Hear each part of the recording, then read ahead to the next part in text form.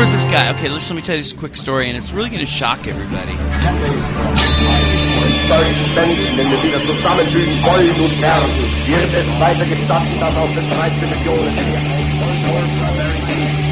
face a hostile ideology, global in scope, atheistic in character, ruthless in purpose, and insidious in method. Thank you and good night.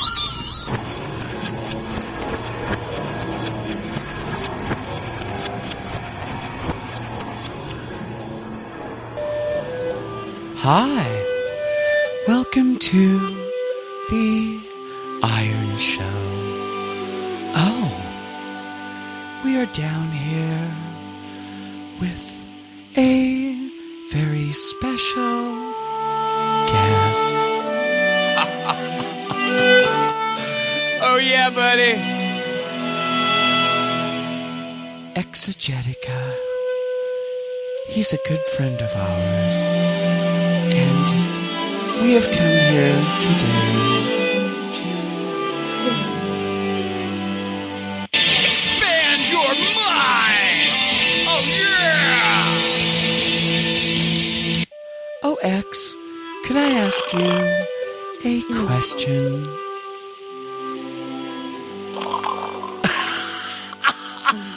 What's up? Alright! Hey, X, man. X, dude, can I get a what's up for you? Are you ready? 1, 2, 3. What's up? Come on, buddy. Say it.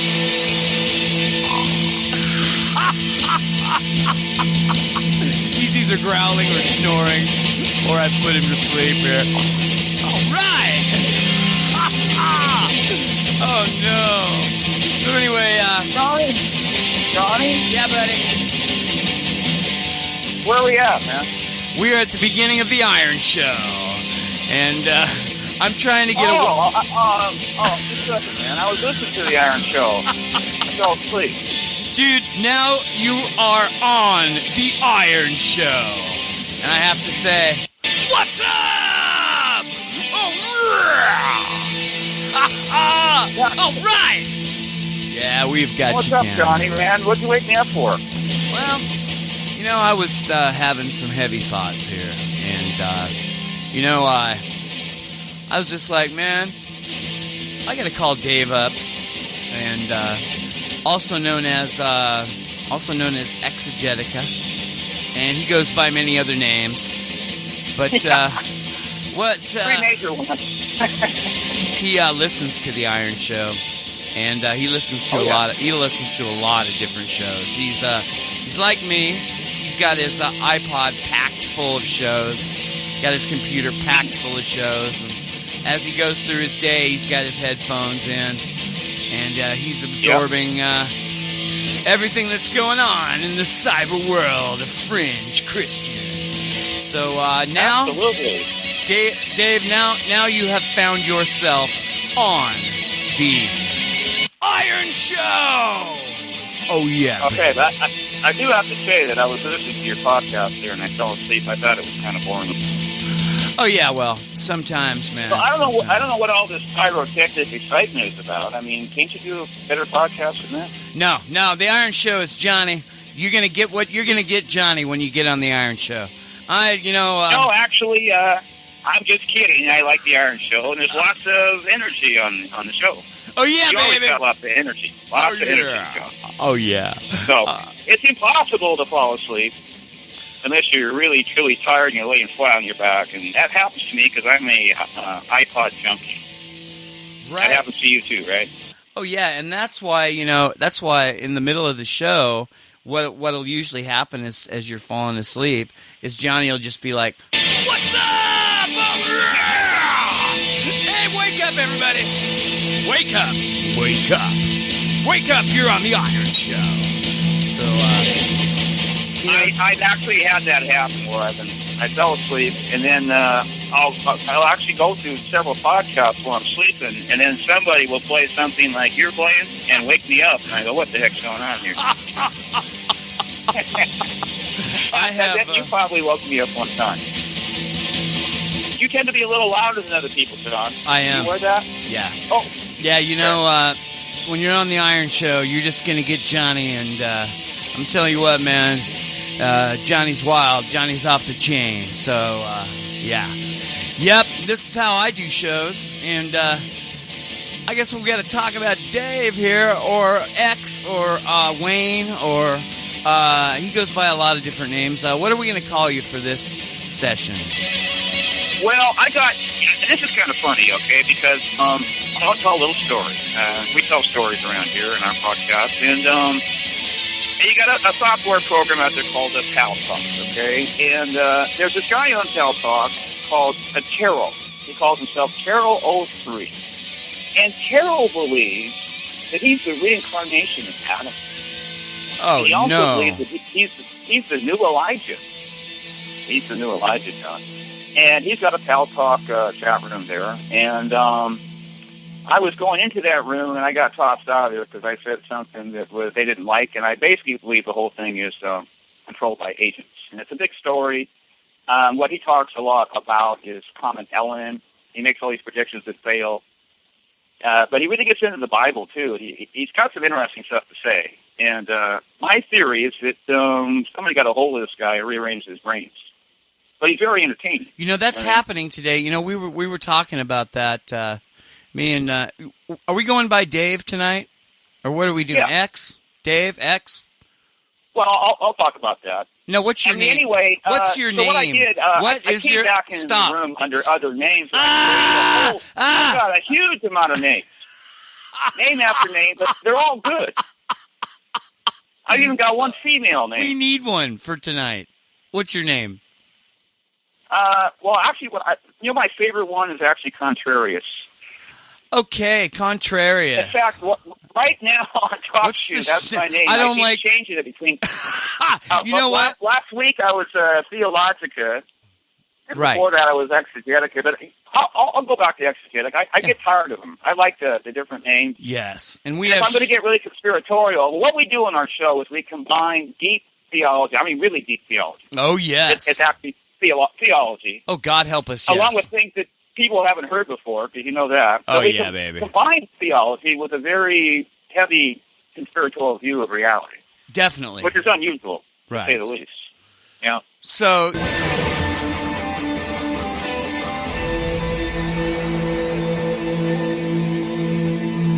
military, it's all military psyop is what it is. This really? is for information gathering purposes. Really? Psyop? Wow. That's incredible. Yeah. It all comes down to one word, control.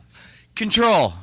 Yeah, they control everything, and we don't in this period of time. We just think we control everything, or certain things. But you got to remember, most churches, they don't even believe in Illuminati. You go from church to church, you can find nobody in the whole church that's even believes in conspiratorial stuff. They still think you can go out and vote for the president of your choice. Yeah. You don't believe that, do you, John? No, I don't. That's good. Oh yeah, I'm kind of interested in one question. I've probably asked you this before. One way to prove that there's a conspiracy is just to look at the. There's a large British genealogical society that is non-conspiratorial, and they just, for some reason, they started researching the bloodlines of the presidents. And you got to remember now that genealogies are something that you can document, but you have problems if you go back too far.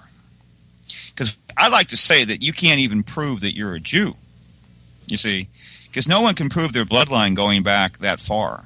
There's no way to actually. Well, we were talking about that with. Yeah, I disagree with that because there's family knowledge that's passed down. People know if they're a Jew just because that family knowledge has been passed down from father to son, mother to daughter. That knowledge is pretty secure when it comes to bloodlines, at least in big ethnic groups. Like the Jews or Arabs or gypsies.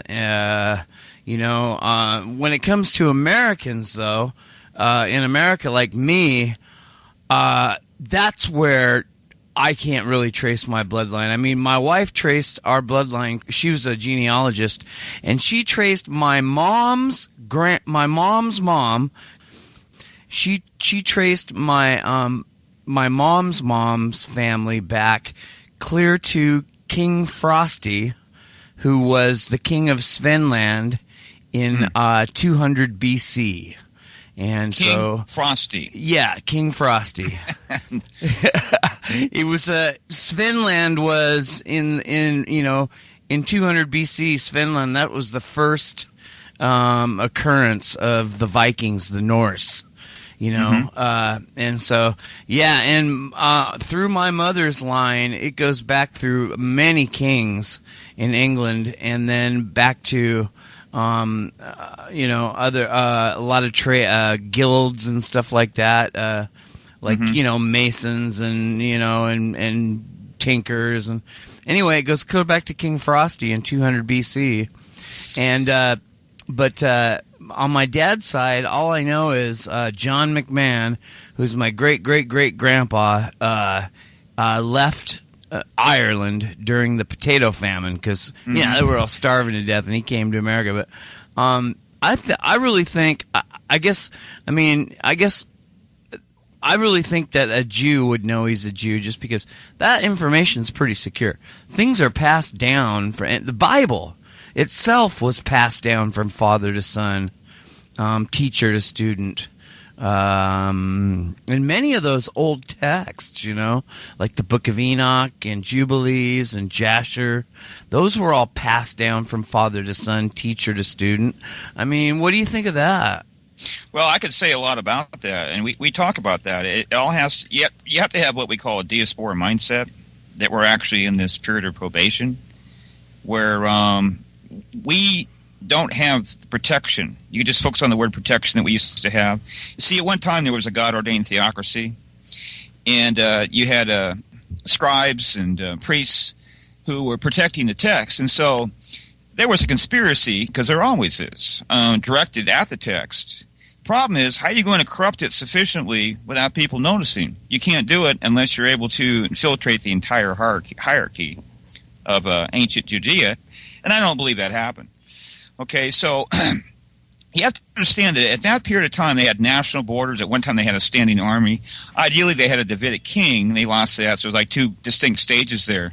But they still had that until the temple was destroyed.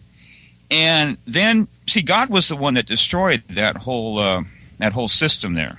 We're talking about an ordained theocracy. But within that theocracy, they had protection. They had protection of the text and a lot of other things. They also had protection of genealogies, because according to what we're told, they were protected by the priests in the temple and stuff like that, because genealogies were really important back then, just for the sake that you had to have a genealogist to prove who was a Levite and stuff like that. And people could say, well, it's just protected in family lines. But see, that didn't happen in the book of Ezra and Nehemiah. They were trying to figure out now who's a Levite here, because you see, they already lost significant knowledge in one generation or 70 years in exile in Babylon. That's like a historical fact.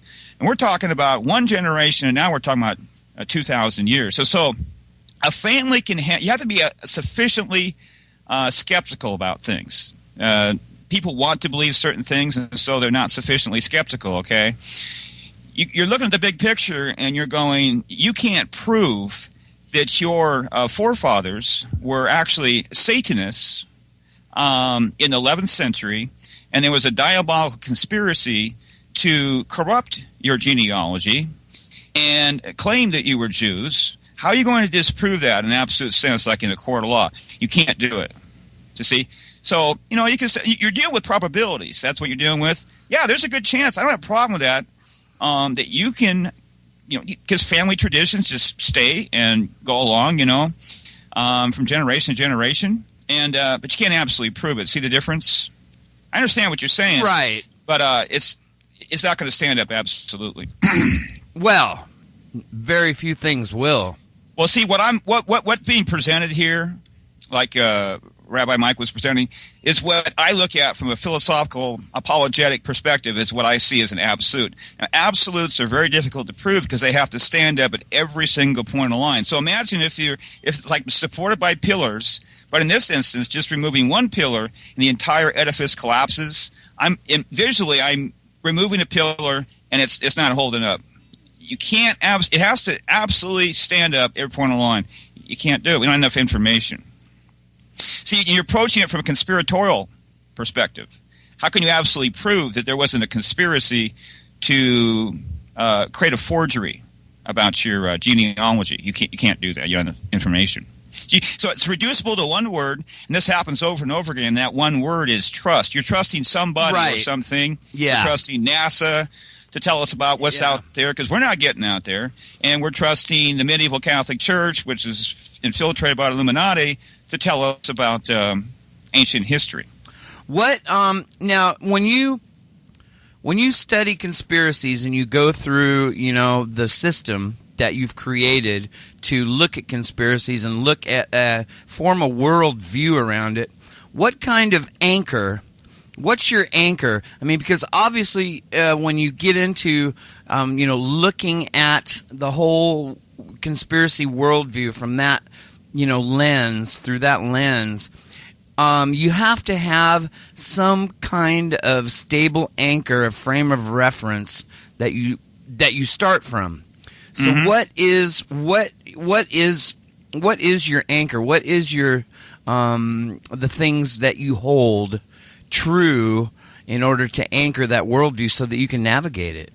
Well, everything is actually reducible to one thing, and that's God and a relationship with God. There's a certain amount of subjectivity in everything else, and I'm a real big believer in objective truth, okay? And that's probably the greatest error of our culture, Western culture. I say culture, because I talk about the cult of society, is this problem we have with all this subjectivity. There's no absolute truth, because I firmly believe that they did not hold that opinion in all ancient societies. Nobody believed this kind of nonsense. That's a product of social engineering to basically disorient and confuse people, ideally to get them to be delusional. I believe that actually most people are delusional. You see, what Western society is, because Christianity was originally Eurocentric after people used to migrate, they're the object of they're the enemy, and they're the object of historical social engineering. So what we're seeing now in 21st century Christianity and Christians is actually an end product of that all those years of social engineering. That's the way you look at things from a properly conspiratorial mind, in my opinion. And see, I believe that they have been successful because God has enabled them to be, because the Illuminati talks about the divine right to rule, and this is something that Christians don't understand. Right, the divine right of kings. I actually believe this. They actually know that God has appointed them to rule over us, and this began, I believe, in the, you could say the 2nd century, or latter part of the 1st, whatever. See, in my view, there was a massive cataclysm, and this is what Jesus referred to when he said, work while it is day, because night is coming when no one can work. And so you basically had a little ice age there, because you had, when this cataclysm happened, you had tremendous earthquakes. Oh, now for the listener, and you had tons of soot going up in the air. So you initially, I believe the world was engulfed in flames, and they talk about this all over the world. By the way, the only place they don't talk about it is in Western culture. There's exceptions for that, though. I'll talk about it some other time. And so what it does is it blocks out the rays of the sun. The only way you can survive is in the caves. It talks about this 3 different times in Isaiah chapter 2. Go into the caves. You know what I mean? And ancient people used to know that. You had to go to the cave system, and you could dig down in the earth and build yourself ahead of time. You had to do it ahead of time, though, And so you had this great cold, and I actually believe the ice cap was formed after the 1st century cataclysm. I don't believe it existed before. In the great flood of Noah, you see, the earth was tilted. And that's where you get the 4 seasons. And so that's why Noah allowed them to eat meat, Noah, because you had to. If you're living up in Scandinavia in the winter, you're not going to survive unless you have a lot of resources you can store up, vegetable matter somehow. You're going to die. So I believe that the reason we're given permission to eat meat is for survival purposes. That's why, if you have a supermarket and you realize how toxic organic meat is, I'm not speaking legalistically, but it's at the top of the food chain. It's so toxic that I believe it would actually be banned according to the law of Moses, because in the law of Moses you see that every single thing that they banned, we've now proven that there was a reason for that, because it had natural toxins. Now, back then, as a general rule, John, they didn't actually have chemicals like we do. They did have heavy metals because, there was a mass conspiracy with the Romans, believe it or not, to actually dumb people down to lead pipes. Just like today we have with the fluoride. That was their version back then, because they knew what they were doing. So they knew what they were doing. And you better believe that Nero didn't have no lead pipes, you see. And so those foods back then had natural toxins like lobster and bacteria and stuff like that.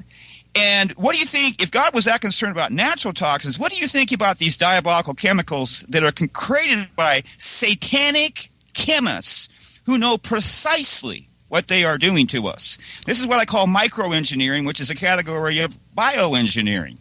They are changing our DNA. If you eat processed food, your DNA is being altered. And that's not a theory, that's a fact. They actually had a guy on Coast to Coast AM. He was a specialist in this, and he wasn't conspiratorial, and he's saying our DNA is changing. The bone structure of women and men, we talked about this earlier, with the synthetic estrogens, is changing. The shoulder size of men and women is changing. It's obvious, and it's happening rapidly now. Welcome to the Mind of Dave. You ought to put that up on the title, because we actually talk about the Mind of Dave, and it was funny. I didn't know that you did a podcast with Mathew Miller.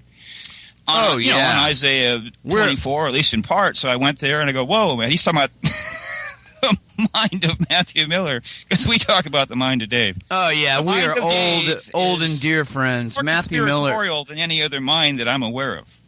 Yeah, Mathew How Miller. much of this stuff is true. Yeah, Mathew Miller, he's highly advanced. He's a dear friend of mine.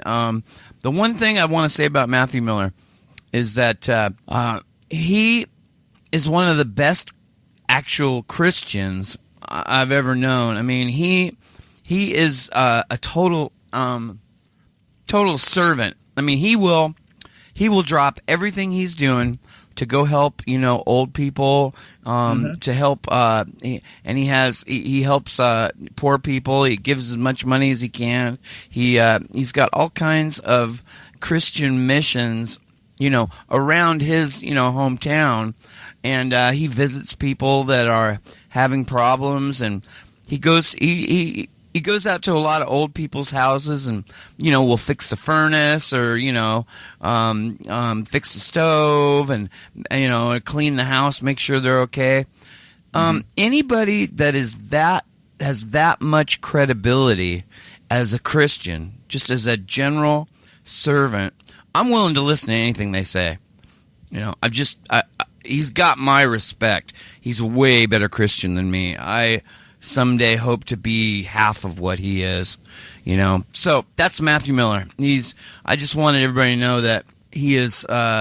He's such a true Christian that he's worthy for you to at least listen to, and have an open mind. And maybe might not agree, but yeah, he's a genius, and he's talking about a lot of the same things you are, especially when you're talking about the earth being tilted during the flood. He really thinks that the earth was properly oriented before the flood, and it was tilted 23 degrees during the flood. And then we had all the seasons. We had the rain, we had the clouds. He doesn't get behind the antediluvian canopy, which is an ice and carbon dioxide shell that a lot of the creation researchers believe was around the earth, like the earth was inside of an eggshell of ice. And he thinks that's possible, but he said it's impossible to prove. But anyway, he's probably going to lead back to where you are. Cosmology, in the ancient world, as far as we know, there was a universal belief that in a solid firmament. Call me contrarious on this one, because I'm just going contrary to just about every opinion out there. I call it the institutionalized mind. Well, everybody knows you as X, so yeah. But Mathew Miller really believes that the end times, which is spelled out in Isaiah and Jeremiah and other and Revelations, he really thinks that the earth is going to come back to a proper position like it was before the flood. Now, he thinks that's going to cause a whole lot of devastating problems, but once everything settles down, it will be paradise, and then the millennial reign to follow. You have a different view of that, I think, and well, all my views are pretty much contrary right down the line. So I don't believe that we're in the last days or the end times. The last days, so you have a problem here, okay? Like I said before, Christians are the object of propaganda all through history. That's basically just common sense. Illuminati exists, and who's the enemy? It's you. So they're directing propaganda at you, and they're suppressing things. I believe they suppressed the cyclical view of history, which I said earlier was, as far as we know, it was universally believed, at least at some point. And they suppressed a lot of things about what happened in the first century.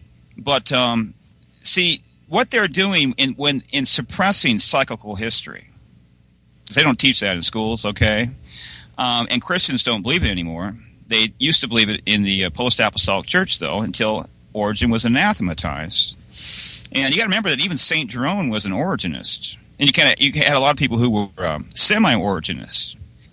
But anyway, because we don't have any knowledge of cyclical history, okay, and we should, because there should be at least 2 cycles, and you should hold to some form of catastrophism because of the Great Flood. But that was a previous world age, or a world that came to an end, according to Peter. Okay, it did. But Jesus talked about this age and the age to come.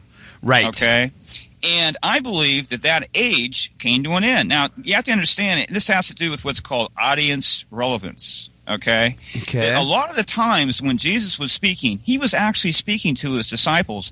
You get like a local church, you get some women together. I'm not trying to put down women, okay? And they'll get in a women's Bible study. They'll go through the Bible, through the Psalms, and they'll take these passages out of the Psalms. I claim this verse for me, this promise for me. I'm sorry, that promise is not for you. That promise was for David. Ripping out of context. I used to do this all the time myself. Oh man, you know what though? There are Psalms.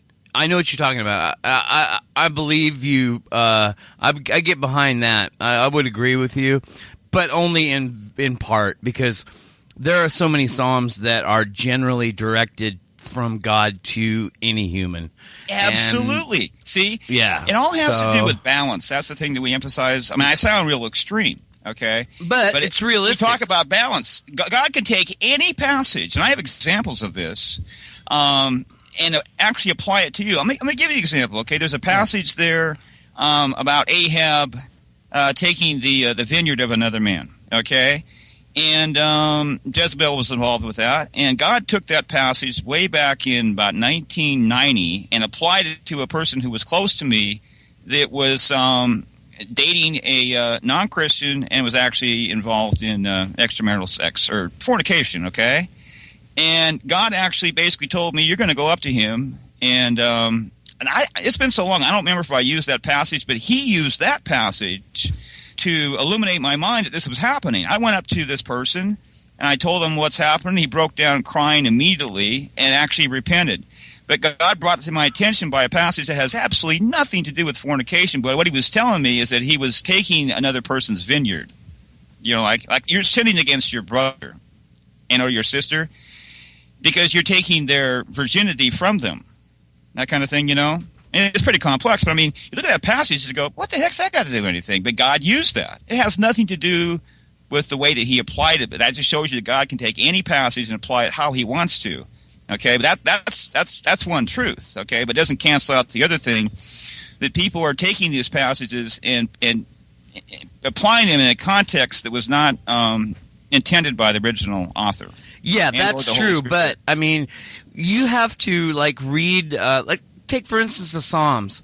I mean, a lot of them was David crying out to God about his terrible sins and forgive me, and he was also crying out to protect God, for God to protect him from his enemies, and a lot of that. But then there's places like Psalm 143, and he said, I gotta find that. Do you know about Psalm 143? Have you ever?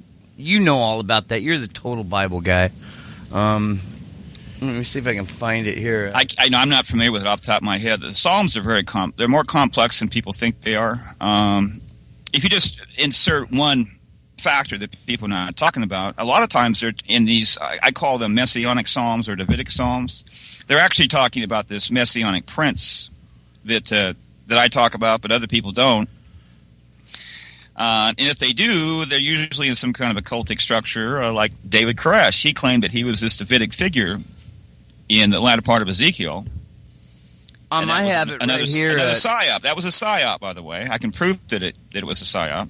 Interesting. Well, I wanted to say, I have Psalm 143 here. It's, hear my prayer, O Lord. Give me ear to my supplications. In thy faithfulness, answer me, and in thy righteousness. And enter not into judgment with thy servant. For in thy sight no man living is justified. And, we can really certainly apply that to us. And that's a very powerful statement. I'm going to read it again. Hear my prayer, O Lord, or give me ear to my supplications. In thy faithfulness answer me, and in thy righteousness.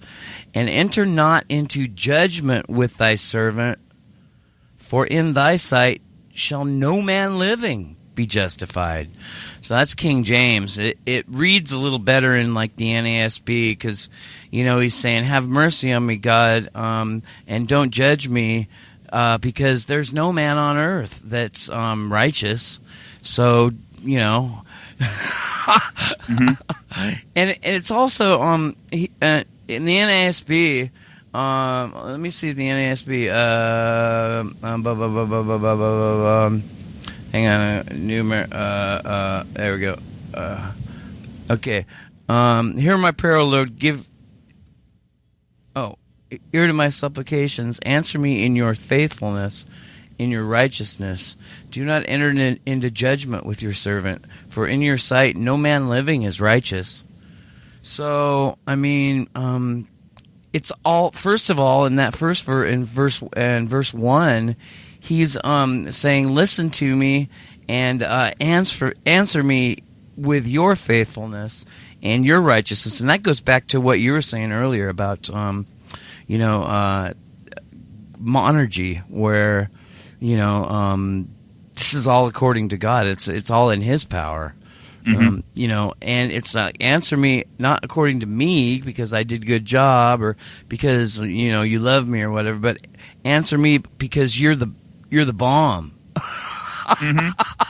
Right? Yeah. So we can apply that to us, but there's other things in the Psalms and stuff and all over the Bible that you can always apply those on a devotional level. But see, I'm talking about claiming a promise for yourself.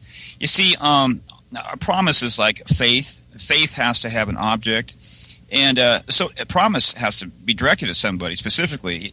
God's either giving you a promise or He hasn't. And I'm saying that you're stealing that promise and applying it to yourself. And that's why people get disappointed in churches, because you got pastors claiming these things have to do with you or a group of people or the modern church, and it has nothing to do with any of that. It has to do with the first century, and that's it. Although you can apply it on a spiritual level, the Holy Spirit can do that. And you can do it by revelation, too, like a prophet or somebody that's gifted, or anybody can do it. The Holy Spirit can do it right through you. Do you see the difference, the dividing line there? Yeah, there's things in the Bible that, you got to be careful because you hook onto something that you claim as a promise.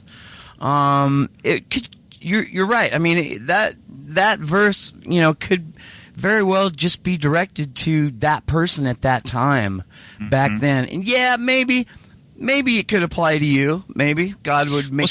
But I'm not about making to a really careful distinction in somebody who is taking a passage apart from the Holy Spirit and applying to themselves in the flesh. And that's why people get disappointed in church, because they say the promise didn't happen. Didn't come to pass. So let me go back to what I was saying there real quick. Please do. John, about the latter days.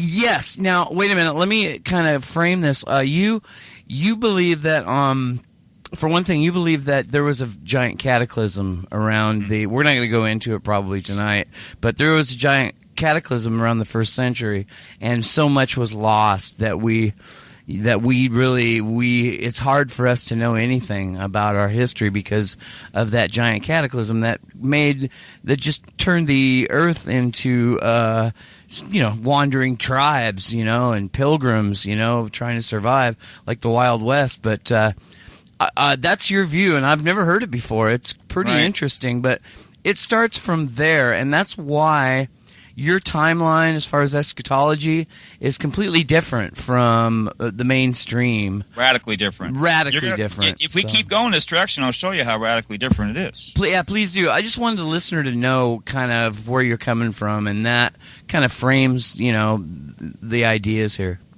It's based around the concept of the great cosmological year, the great year, which Christians, as a general rule, don't believe in. Most of them have not even heard about it. In the ancient world, as far as we know, guess what? There was a universal belief in that, and the best way to educate yourself about that is get a great book out there. Now, if you want to really research, okay, this is the best book. But I cannot really recommend the book. I mean, a lot of people don't even read books anymore. It's fairly scholarly. It's called Hamlet's Mill, an essay investigating the origins of human knowledge and its transmission through myth. The two authors' names are hard to pronounce, Giorgio di Santillana and Hertha von Deschend, or something like that. I've never tried to pronounce them before. The thesis of this book is the concept of the great year, which is a great cosmological cycle. In a heliocentric universe, it's like a revolution. A big cycle, movement, a complete circle of the constellations, okay? But the problem is, in the ancient world, they didn't have a heliocentric cosmology. Their cosmology was geocentric, and most people were only exposed to that in the apparent absurdity of the flat Earth. So you're given two different models, I believe, by the Illuminati. Both of them are false. One is the perfectly spherical Earth, which is promoted by Hollywood at every point down the line. Then you have there's very few things that people will laugh at more out loud than the concept of a flat Earth, okay? We know scientifically for sure that the Earth is an oblate spheroid, so they're lying to us. So once you figure that out, you go, okay, now why are they lying? Because they're covering up something, okay? They don't want you to even ponder the true curvature of the Earth for some reason. Because they're covering something up. I believe I know what they're covering up, okay? So I don't want to focus on that too much, but you understand that the ancient concept of the Great Year, which is supposedly encoded into the Great Pyramid. There's a great book out there. People would think it's kind of new agey, but there's a tremendous amount of truth in there. It's called Pyramid Power. Back in the 1960s, and he tried to prove that the Great Year was actually encoded into the Great Pyramid. There's all kinds of things in the Great Pyramid. Lots of knowledge. For instance, it has the circumference of the Earth.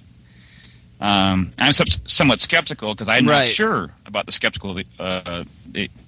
about the parameters of the Earth. But if you agree with what they tell us, then it's in the Great Pyramid. I mean, we're talking about mathematics here, right? So, there's relative certainty. But anyway, John, what is the Great Year, though? I mean, what could you simplify that? The Great Year, the concept of that.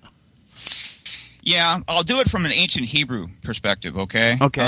The modern heliocentric view is that it's kind of complex. The Earth is kind of wobbling, and I think it's a bunch of nonsense. It's just created. It's completely false, okay? Because I hold to an ancient Hebrew cosmology. In order to hold to that view, just like if you're going to hold to the hollow Earth theory that there's this great hole up at the north, you're going to have to believe in a massive conspiracy. You're talking about a tremendous amount of control. See, I don't even believe in the continent of Antarctica. I think it's completely fake. Okay? Really? Yeah, and so my view would be similar to like a flat earther. Okay, they think it's a perimeter of ice, and you'll actually see this in the Norse cosmologies. You ever seen a Norse cosmology? No, I'm familiar with the Norse gods. I know our days of the week are named after, a few of them, like Tuesday is Tua, Wednesday is Woden, Thursday is Thor, Friday is Freya. Yeah. Yep, interesting. But in the Norse cosmology, you actually have a Middle Earth, and Eric and I, my partner here, is called Etherman. We believe in Middle Earth, and there's commonalities between our belief system and the Norse. Are you talking you have underground? At least 3 distinct land masses that are floating on a massive cosmic sea. Now, see, most people, what I just said, they're going, what? You've never heard that before. Well, I'm going to say, and someone needs to disprove that. You can't do it. Because scholars are aware that in the ancient world, everybody believed in this. Everybody believed in a massive cosmic sea. The Sumerians called it the Apsu, and they talked about Enki, the great dragon and the serpent, and he was dwelling at the bottom of the Apsu, which in Hebrew you would call the deep, or it's not a very good translation, or in the Greek we call it the abyss. You see, we've lost concept of the ancient view of the watery abyss. Now, my understanding of the Absu is the abyss, is a gigantic underground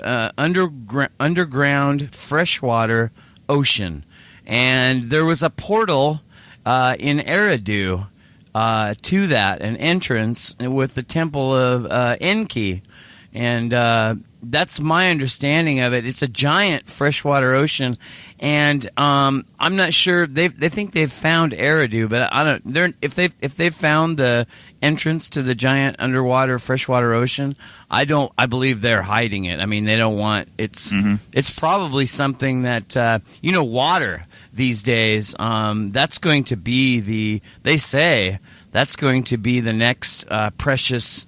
Thing, right, control of water. So if they've found that giant freshwater ocean, man, you're never going to hear about it. Absolutely. Right? Well, I believe that there is a massive underwater ocean like you're talking about. That has to do with the so-called hollow earth subject, though. Right. So, see, what you're trying to do there, John, is you're trying to make it compatible with – everybody does this, okay, with your version of reality. Classic example of that, you take Atlantis, okay? People try to fit Atlantis into the present cosmology. You have to fit it into a Greek cosmology. The Greeks believed the same thing as I do. They talked about Oceanus is where we get the word ocean, and that was the same thing that everybody believed in the ancient world, this massive cosmic sea, and they placed Atlantis, guess where? In the far west, beyond the outer reaches of Oceanus. Now, there's a problem here, okay, because when you get on the internet and you put in Oceanus, you're going to see 2 things. You're going to see a world-encircling river, and you're also going to see that it was a cosmic sea. I believe it was corrupted. They did not originally believe in a world-encircling river. I believe that was corruption for a purpose, to conceal things. There is one in the ocean, a world-encircling river. We know that. Okay, in this view, you're on Middle Earth, which is an oblate spheroid.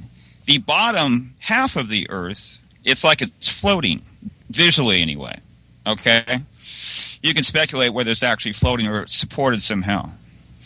And then in the far west, there's a paradisical region. I just say paradisical because it's in relationship to to Middle Earth. You'll actually see this cosmology, by the way, in J.R.R. Tolkien.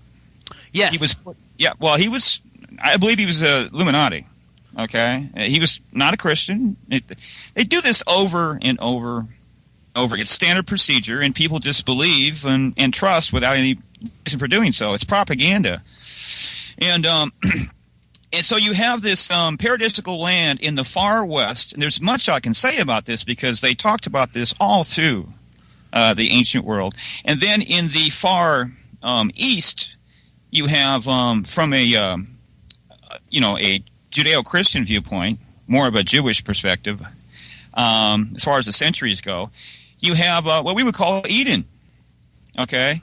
And this is the true explanation for why we know that in apostolic tradition, it's not in Scripture, this is one of the few things that survive from this oral apostolic tradition, which Paul says is authoritative. I believe it's in 2 Thessalonians chapter 2, because it says, whether by word or by letter, you're supposed to obey that. That's one of the problems with the Protestant view, because there is an authoritative tradition, or there was at one time, but see, we have, again, what? Lost knowledge. So, see, it doesn't fit in with our cosmology, John, okay, because we say that they were praying towards Jerusalem. Well, what if you're in the opposite direction? It doesn't work. You see? Just like in the ancient world, heaven is always up. But in our cosmology, it doesn't work, because you've got the Australians who are standing upside down. But the Bible doesn't teach that. The Bible teaches that heaven is above everyone. I don't care if you're in Australia or not. Right. And so they were praying towards a sacred land in the far east on the other end of, guess where? Oceanus. Yes. We don't do that anymore. You know, when you're talking about Atlantis, the best case that I have ever seen was this man who he was I believe he was a weather guy. What do you call that? Anyway, he found Atlantis. I really believe he found it, and it's in Antarctica. And from satellite photos, you can see it. It's exactly like Plato described it. I've got the book. Have you seen that? I've got the book. It's called, I'm looking at it right now, When the Sky Fell by Rand Flim Ath, and there was there's a civilization that was there. Yes, because it didn't used to be covered with ice. No, and it's buried under 2 miles of ice. We can't get to it. I mean, and now you know when God said in Job where He stores up the water, piles it up. Mm-hmm. Right. I think He's talking about that. Because, you know, I mean, if Antarctica melted, you know what would happen now. I mean, we'd all be underwater.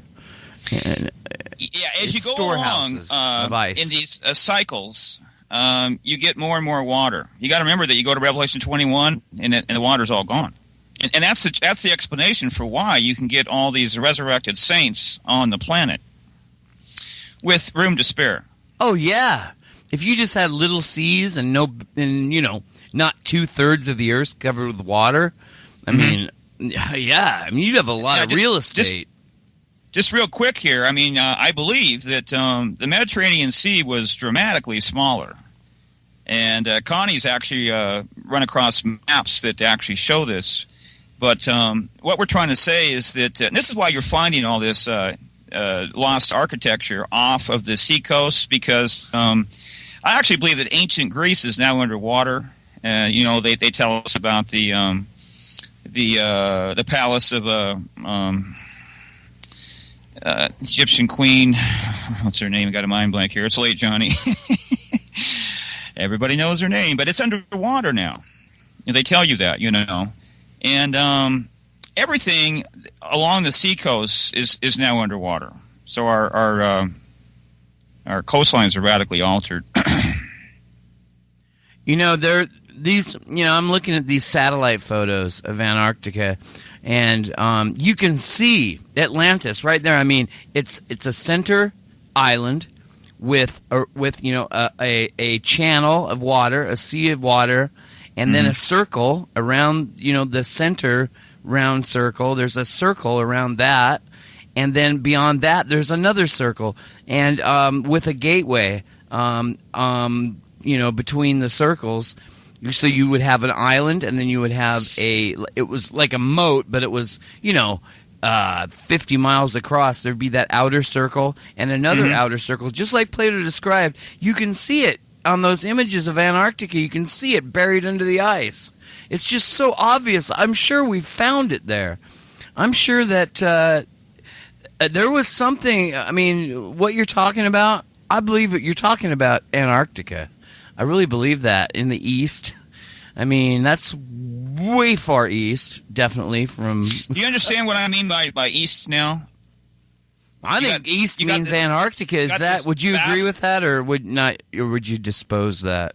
No, we got a vast cosmic sea, and you have at least 3 land masses separated by a huge body of water. Our whole, what we call planet, that's not a Hebrew word, wasn't used in the ancient world. It's separated by these other bodies. Atlantis is far away from us on a separate body of land beyond Oceanus. See, Oceanus is not on Middle Earth. We're on Middle Earth. It envelops Middle Earth. You getting that? Yes. I got to say something about Plato, okay? Because I mentioned him earlier. He was a conspiratorialist. He's Illuminati bloodline. But here's the one thing you need to know about him, okay? He actually referred to the common man as an it because he was an elitist. So he's our only real historical source from the ancient world about Atlantis. And what I'm saying is that it goes back to that word trust again. I don't trust him. You know what I mean? Yeah. So therefore, I anything he says, it could be true. I don't know. Hey, listen to this. Have you heard about this? Listen to this. In recent weeks, a series of disturbing and mysterious reports have been coming out of Antarctica, centered around a strange anomaly recently detected on that perpetually frozen continent.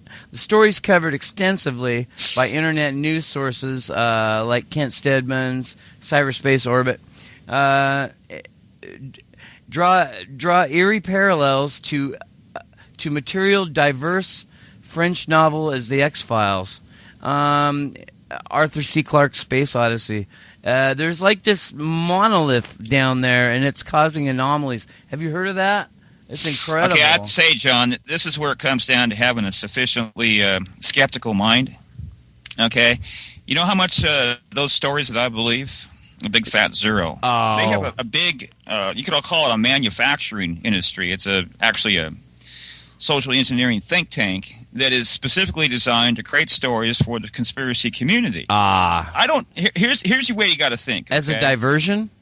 You don't trust them to tell you what is going on at the bottom of the Gulf of Mexico during this Gulf oil spill crisis. No. You see?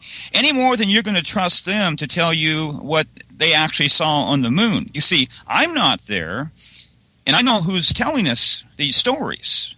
And it comes down to one thing. Do you trust them? No, I don't. I don't believe... See, here's a problem. It's like going to the Talmud or the Kabbalah. There's things in there that are true, right? But how do you know what's true and what isn't? Well, you don't. Have any objective way of telling. And it's the same thing with that. It could be true, but I'm not going to believe it. I'm not going to... See, it has to have some reason to move into my trust zone. Right. Okay, that's where I was going to go. Why should I move that into my trust zone? That's where I was going to go. How do you navigate? How do you what do you call... Like, okay, what is your filter? What is your filter and your formula for something that you accept as proper, real information?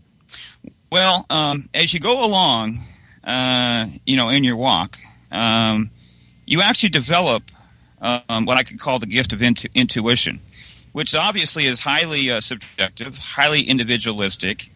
But I believe that when man was functioning properly, he had a far greater intuition because, we're supposed to compare ourselves with animals and go, oh, the dolphins are superior to us, you see.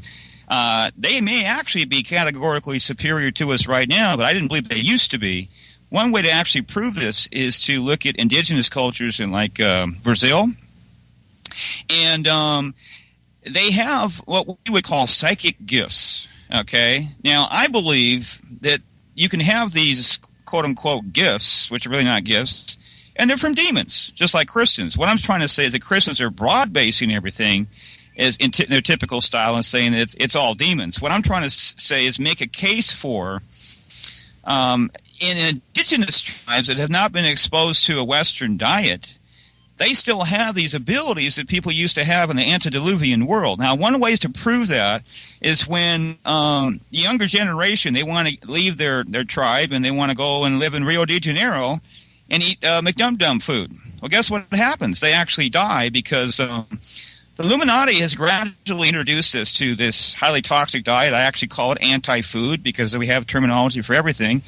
And they first started giving us canned foods back in the mid-19th century. And it was relatively gradual, okay? So we've had time to adapt. They haven't. And when they eat that anti-food, they die or they get cancer, you see. But here's the thing. We know for a fact that they have these abilities. People have lived with them. And when they eat a toxic diet, guess what happens to those abilities? They lose them. Okay? And that's telling me that some of these things are not demonic. Because I would say that these societies, they're pagan. Yeah, they worship demons and all kinds of other things. But I'm trying to distinguish between that reality and something else that Christians don't talk about. And I'm saying that there's a deliberate conspiracy that has to do with social engineering to deliberately shut down these senses that we used to have. Okay? And one of those would be a strong sense of intuition. Okay? And but anyway, it always goes back to God, John, and a relationship with him. And when you talk about lost knowledge, you're going to have to rely on God to reveal things. And I'm not comfortable with that. Earlier today, before you started pushing the record button, I gave you a couple examples on extra-biblical revelation. I see you've got a big chunk of the Christian community out there that's like a trigger word. Extra-biblical revelation. Okay, it's time to freak out now. Okay, go freak out. Okay, you ready? Come back now. Okay. You already believe in extra-biblical revelation, you see, because if I ask a Christian, what is your faith based on? They're going to say, well, it's based on the Scriptures. Yeah, because Christianity is largely a religion of a book, which is actually 66 books in the Protestant faith, okay? But that's not what they believe. What they believe is their faith is based on the Bible and a church council. Because isn't it true that they believe that there's precisely 66 books in the canon, and if you add another book or take a book out, what's going to happen? They're going to freak out. That's because they believe in something that no one can prove, because we don't have enough information, that God infallibly inspired that church council through an unbiblical concept called a canon. You open your Bible, you look in there, do you see anything about a canon? That's a massive assumption. It's not a biblical concept. There's no evidence that the Hebrews had a canon. I see. You get the point? These people already believe in extra-biblical revelation. Yes. So now it's not an absolute position anymore. So now the question, the door is open, how much extra-biblical revelation is. So I'll give another data point, and we'll get back, okay? Yeah, that's so true, you go to though. 1 John 5. Weird. What? No, you're right. I mean, I never thought of that. Death, never thought of that. Break it up, John. I never thought of that before. You're right. I mean, relying on a church council to canonize the Bible, that is an extra biblical revelation. What I do is I talk about, as much as possible, self-evident facts, so I don't have to argue with people. What was your other data point? There's no way to refute it. 1 John 5, it talks about a sin unto death, okay? Right. Now, it says, do not pray for such as these. And earlier we talked about basically a lost doctrine that if you could lose your salvation, it only happens once. You can't get saved again. And you see this there in Hebrews 6, because Calvinists say that if you could lose your salvation, you couldn't get it back. There was an older view that was actually made famous through this story they manufactured about Constantine, that he delayed his baptism because at that time in the post-apostolic church, it was a one-time deal. If you committed a mortal sin, then you would become an apostate, and they actually would not let you back into the church. So what you want to do is kind of I know about feel that. your way. If you want to play with the world, you want to kind of feel your way out. You're taking a chance. You're taking a risk. Christianity is a risk, by the way. And at the right time, you're supposed to go, okay, I'm going to convert now. You know, I've done all the things I wanted to do, and now I'm going to become a true Christian, you know. See, that's the old belief system. We don't have that anymore. We've lost it, so we don't have the proper mentality of what it's talking about there in 1 John 5. That's talking about when God cuts somebody off. Now, we know for a fact that God cuts people off in the Old Testament. You can see in the days of Moses where people were lining up on one side You line up on the other, the sons of Korah, and that the earth opens up and swallows them. And I'm assuming that those people were reprobate. You know what I mean? Yeah. You can look at King Saul, and if you just take the text of what it says, it appears that God abandoned him.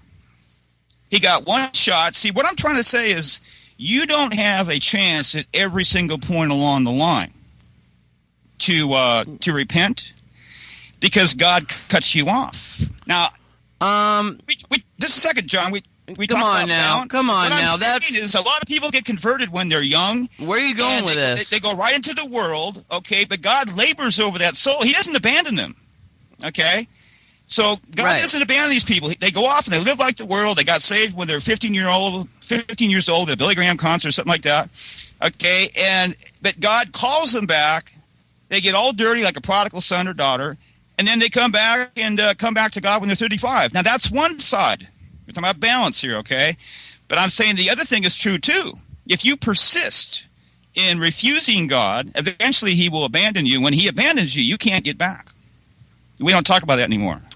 Anyway, I don't believe that. I don't believe that personally. I would totally disagree with you there. Definitely. Well, I actually didn't give my view. I'm just saying that's not your view. I want everybody to know. The listeners should know that Dave has a good view, but he likes to go and show other views, and also he likes to uncover ancient views that are forgotten in ancient Christian we're pretty traditions. much always doing that.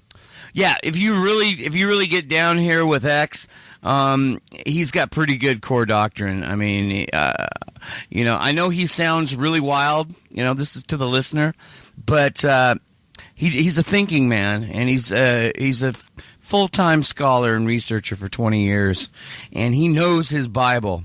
So, if you think he's getting wild and you think he's going on the wrong path, just remember that he does have a pretty good core doctrine if you nail him down. I just wanted the listener, because we were getting into some scary territory, when it deals with salvation and stuff, I'm definitely once saved, always saved myself. Yeah. And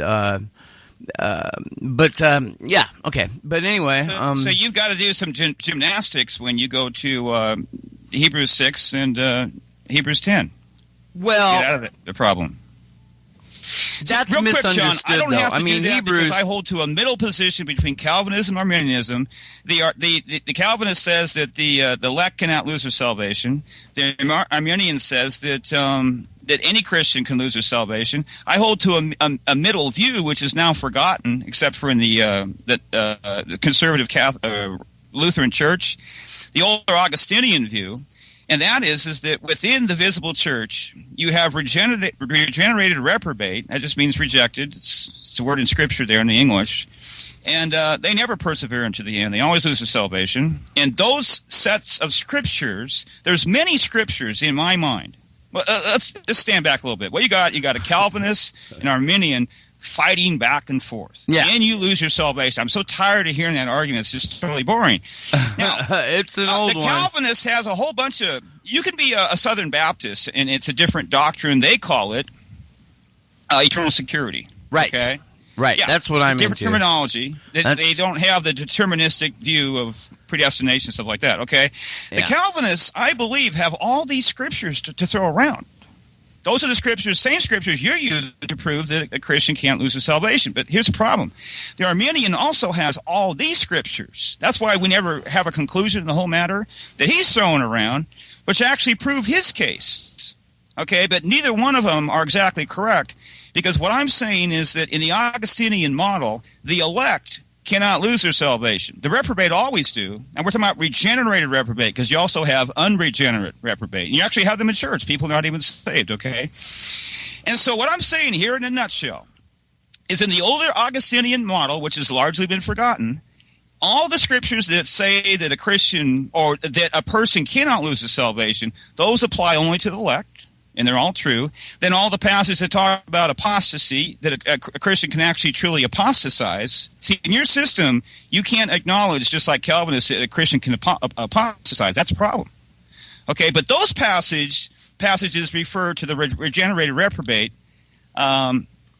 who have not gone through the complete process of salvation, because another thing we've lost is that salvation is a process. It has at least 4 stages that culminate in the judgment seat of Christ. We talked about that before.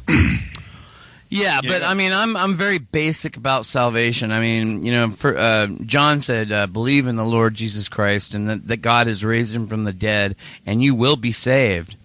And he also said, if you believe in your heart that Jesus was God and raised from the dead, and confess it with your mouth, you will be saved. Now, but see, that's a simple, talking about initial salvation. Initial salvation. He says you will be saved. Okay, that's like a guarantee, though. Absolutely, yeah. See, believe in the Lord Jesus Christ, and that God has raised him from the dead, and you will be saved. Mm-hmm. You also have to confess that with your mouth. That has anything to do with. See, you didn't have the sinner's prayer before the 19th century. But that's the sinner's prayer. Right there. I mean, because John said, if you believe that in your heart that Jesus was God and that God raised him from the dead, and you confess it with your mouth, you'll be saved. That's the sinner's prayer. It's right there. It's very simple. The sinner's prayer is not biblical. It is. It is right there in John, confessing Jesus Christ. Well, see, what we do is we believe that the sinner's prayer is biblical, and then we interpret Scripture within that model according to our own line of thinking. Okay, it's so simple, though. Just a second. See, within the first century context, salvation took place, at least it was normative for it to take place at baptism. So that prayer would have been said at baptism. That's what I'm trying to say. Not going up to an altar. That phenomenon didn't occur until the late 19th century. We can prove that for a fact. Right. You know, Jesus said in Mark 16:16. You got to remember, John, in the early part of Acts, there's a statement there that says, "What must we then do to be saved?" And it says, "Repent and be baptized." Yes, and Jesus said that in Mark 16:16. I want to read it here. So I'm allowing that you could possibly get saved apart from baptism. Well, but it's normative according to Scripture, and this is why. Mark 16:16. He that believeth and is baptized shall be saved, but he that believeth not shall be damned. Now, in the first line, he says, he that believeth and is baptized shall be saved. Okay, but he that believeth not shall be damned. He did not say, but he that believeth not and doesn't get baptized shall be damned, or he that believeth not and didn't get baptized shall be damned, or he that believeth not or didn't get baptized shall be damned. So, I mean, right there, it's just belief in the second line. First, it's baptism in the first line. He that believeth and is baptized shall be saved. But in the second line, it's just faith. But he that believeth not shall be damned. So it appears, and that kind of backs up what you're saying, it appears that baptism isn't absolutely necessary, but faith is. Mm-hmm. Well, we know it's not absolutely necessary, at least because of one example. You know, we got the thief on the cross there. But, right, we do. But you know, when John said, if you believe that Jesus is God and that he was raised from the dead and confess it with your mouth, you'll be saved. Now, in a baptism, in a modern church, you are, in my baptism, I got baptized, I was saved in 85, but in about 2006 or 2007, I got baptized in a mega church. And there was me on these two giant screens, and I had to confess that I believed in Jesus, was God, that he was raised from the dead, and then I got baptized. So baptism is part of that confession, I think. It's an outward public confession, right? Yeah. Well, it's public within a context of a Christian community. It's supposed to be. Right. They had a lot of things back then. They used to baptize in the nude. And they used to baptize in living waters, and that's an example of lost traditions. That would get people all upset. But there's scholars talk about this. Oh, yeah, there's all kinds. It doesn't dribble well down to the non-academic community. Did you know that that the word baptism, when you get into the Greek, J. Vernon McGee did a study on that. It was fascinating. Baptism means like 20 different things. One of them is dyeing your hair. Another one is taking a bath. Another one is washing your hands. Baptismo, I think, is the word. Somebody correct me, because that's probably not right. Something like that. Yeah. It's very hard to nail down what that actually means. And since there's like 20 different meanings of it, some of those, you could maybe take 5 of those would be, acceptable for baptism. Maybe washing your feet or washing your hands and confessing. I mean, we don't really know what we don't really know what that word means. Well, there you go, John. Well, I have to say that's the long ending of Mark there that you're referring to, and as a general rule, textual critics, they don't accept that. That's why if you look at your Bible, it will generally notify you about that. It's called the long ending. The long ending? What is the long ending? I used to believe that it was added later, and now I'm saying that I don't know. That's what happens sometimes. You say, I'm not sure. It's okay to say that, you know what I mean? I know Jesus is God and that he was raised from the dead and he died for my sins. Apart from that, I don't know 100% of anything. Well, what you're seeing there in Romans 10 is that the doctrine that Christ was physically raised from the dead, that's an essential doctrine. Definitely. Just like in 2 John 7, you also have to believe that at the present time, or others will say because of the verb tense, it's a perfect tense, that in 2 John 7, that you have to believe that he is in a physical body right now. Or, guess what? You're an antichrist. That's what it says. But also, I don't know where it is in the New Testament. I'll have to find it, but it says, I think it's in Romans, we know him no longer after the flesh. And that kind of contradicts what you were saying. No, that means seeing him face to face like the disciples did, living with him. Yeah. Oh, okay. The studies I've heard on that said that, that's why we shouldn't have pictures of Jesus and stuff like that, because we no longer know him after. He's not flesh anymore. He's not, a person, a human anymore. We know him no longer after the flesh. That's what I've been taught. I don't know, if that's correct. We're going from so many subjects. I know. I think I'm going to pass on that one. That's what I like hanging out with complex. You, man. I love hanging out with X because he will take you so many places. Controversy that was real big in the Eastern Church. Let me go back to 1 John 5, okay? Let's try to keep it simple. Okay. What they're saying is that you have to have specific revelatory knowledge in order to know who to pray for and who not to pray for. You see that? Because how do you know this person's committed a sin unto death? It's impossible to know unless you have a revelation from God. Well, that's an extra biblical revelation. Now, example of that, right there in Scripture, where God spoke to Jeremiah and he said, do not pray for these people. You know why? Because he had abandoned his own people. But when God did that, he still had a remnant, just like there was a remnant in Elijah's day. It talks about this in Romans 7. He said there are 7,000 who have not bowed the knee to Baal. And that's a divine number. Just like 70 is in 7. So for the listener, I want to tell you that my belief on this, and I think I've been taught pretty well, my belief on this, the sin unto death, I really believe that John was talking about somebody dying without Jesus. And I think that you're not supposed to pray for them because they're dead and it's too late. That's what I really believe, and I've been taught that that's what that means. So do not pray for the dead. So, in the Catholics, they do that. They pray for the dead. They pray for, that's so you're trying to say that it refers to praying to somebody who's not praying for somebody that's already died. Yeah, that's what I believe. That's what I've been taught in very good studies that I've been through on that. I'm convinced that's what he's talking about. Don't pray for the dead. It's too late. Mm-hmm. They're in God's hands now. You worry about the living.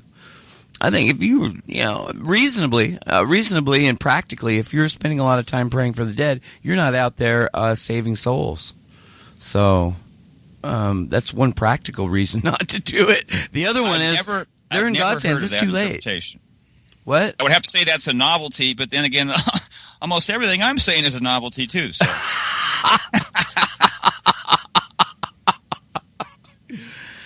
Yes, I mean, when you look at it through a sonship, that's what I am. I mean, like, can you change your dad? Jim McMahon, that's my dad. Can I change who my dad is?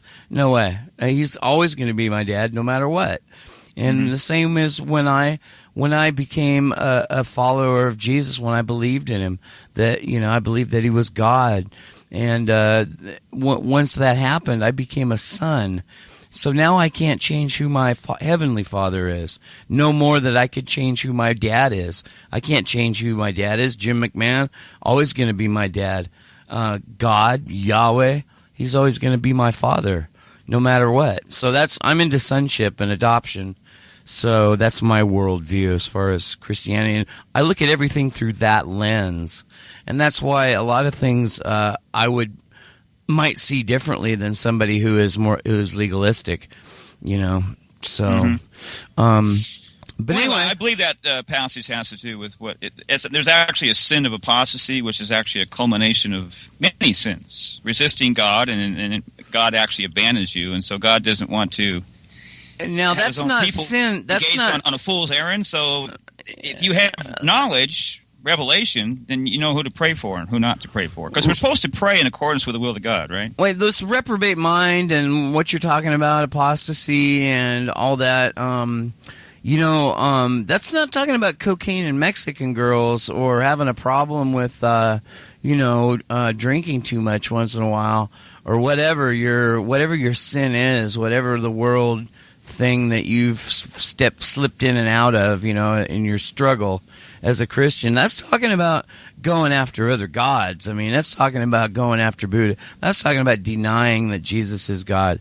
I mean, if you do that, I mean, you basically don't have a salvation. There's nobody else for you. Buddha can't help you. And if you're dead set on rejecting Jesus, I don't know. You're in God's hands. I don't know what he's going to do with you, but, speaking from my worldview, I would say you're probably condemned. In the Old Testament, what makes God really mad? I mean, he doesn't complain about sex and stuff and weird things very much. There's very, very little about that. What he's really gets angry about is them going after other gods, going off and going after Buddha, or going off, and going after, some cult leader, or any kind of idolatry. We don't have a lot of idolatry nowadays, but we sure have Buddhism is definitely idolatry. They have the statue. They have, they give him fruit. They burn incense for him. That's our modern idolatry. But X here and me, I don't think we have a risk of going after other gods. I don't ever believe ever that I would do that. No, that's crazy. But if you do, you're talking about security in Christ, right? Abandoning your faith. I would say maybe if you really are dead set and totally denying and confessing with your mouth that you do not believe in Jesus all the way until you're dead, in my worldview, you'd probably go to hell. You'd probably be condemned. Now, I don't know. It's not up to me. You're in God's hands at that point. He's going to do whatever he's going to do, but I would say probably you're condemned. Well, John, how do you explain the concept of apostasy? Because here's the issue, okay? Apostasy means to fall away. So look at it like you're standing on a curb and you step down a couple inches. You see, something has changed. If you hold to the Calvinist view, or once saved, always saved, eternal security, then you don't have a falling away, because there's nothing to fall away from, because you're talking about an unregenerate person. In those belief systems, a Christian, a genuine Christian, he cannot fall away. So apostasy would only have to do with someone who's not even saved. But see, there's nothing that you're falling away from because you had nothing in the first place. How do you explain that problem? That's what the word means, to fall away in English. I don't understand. You don't have anything to fall away from because you didn't have any faith. There's nothing to fall from because you never had anything. See, here's the problem. Who is that? Who does that? Just a second. The Scripture depicts the unregenerate man as being blind and dead and in the darkness and unborn. He doesn't have anything. See that? So how can you fall away if you have nothing? Well, right. I mean, yeah. But falling away... Let me ask you another question, though, John. Have you ever thought about this dilemma? This is the first time you're thinking about it, probably, isn't it? No. Right? No. I've thought about that a lot. Falling away. Immediately, people in their minds they think, that means like, what if I go back and start, hanging out at the bars, or what if I score some dope, or, what if I do this or that, What if I go to a Chinese, Asian massage parlor and hang out, Am I falling? I must be falling away and I'm condemned. That's not what that's talking about. No way. I mean, falling away, what that means is going after another god, abandoning Jesus and going after Buddha. That's what that's talking about. What I believe it has to do with is having something tangible and then losing it. You see that? Yeah. It's a change in state. I wonder how anybody could go after another god once they've actually truly accepted Jesus. Does that happen? I don't know of anybody that's actually done that, but it does happen historically. What doesn't happen? Watch this. Okay, show me one heretic in history that returns to God. Now I got to explain what a heretic is. Okay, a heretic is not a Mormon or a Jehovah's Witness or a New Ager or a Muslim. Okay. A heretic is somebody who was regenerate, who had something, and then left that state. See, you have to qualify to be a heretic. Now, you know how many people we have in history who are real, genuine heretics? Not many. I've got to qualify that a little bit more, because a heresy is just like adultery or fornication. You're not an adulterer in the big view if you commit adultery one time. Did you know that? It's a lifestyle, because you can be forgiven for that. Right. And repent, and then as time goes by, God doesn't look at you as just an adulterer anymore. Any theological error, that if you persist in that error, according to the latter part of Galatians, there's a list of soul damnable sins, and one of them is a heresy, okay? Yeah, denying core doctrine. Heresis in the Greek. If you persist in heresy, that's the problem. That's what a heretic is. Not if you fall into error, because you can get out of that error. So I'm talking about somebody who persists in that error, and then show me one person who was fine before God at one time, became a notorious heretic, and then repented and converted back. There's not one single person. Yeah, I don't know about that. That's just beyond my. I've never gotten into that. Probably haven't thought about it before. Well, no. Yeah. Okay. Yeah. Well, no. I've thought about. What I've always thought about is how could I ever not believe in Jesus? I mean, no matter what. I mean, if I was in South America in a room full of cocaine and Mexican girls just living there, I mean, I'd still believe in Jesus. And I'm sure I'd be repenting like crazy after a few months. I mean, I don't see how I could lose my faith. But if I did, you're saying that when that happens to people, they never come back. Right? Is that what you're saying? If you can't find a historical heretic that returns back to God, that's actually substantiating my view that God cuts the person off. See, find a historical exception for that. Your salvation is based on your faith that Jesus is God, He was raised from the dead. If you deny that, if you seriously abandon that belief, then there's nothing for you. Yeah, you probably would be condemned. But I can't say that, because you're in God's hands when you die. Mm-hmm. And it's for Him to judge you. But based on all that I know, I would say, yeah, you're going to hell. You really abandon your faith? Truly abandon that faith? Yeah, and that's what that's talking about. Sin, though, it's not talking about sin because all things are legal. Paul said that all things are legal, but not all things are expedient. So going out there and partying and sinning, yeah, if you really believe in Jesus, that's legal. But, man, I'm telling you, that is not expedient. I'm going to tell you what, you are going to suffer for that. You're going to suffer for that. Not only that, but you're going to stand in front of Jesus, and you're going to give an account. You're going to be saved, but you are going to be very sorry. It's not going to be worth it when you're standing in front of Jesus. It is not going to be worth it. You're going to think this is not worth it. That was not worth this. Because, yeah, you're saved, but I'm telling you what, you got some serious issues. You're going to be suffering. So that's my faith right there. That's what I believe. And in the Bema Seat judgment, we are rewarded according to our works. I mean, right there, you are going to see people that went ahead and went to work for Jesus, and if you didn't, if you believed in Jesus, but you just spent your life partying, in that judgment, man, it's not going to be worth it.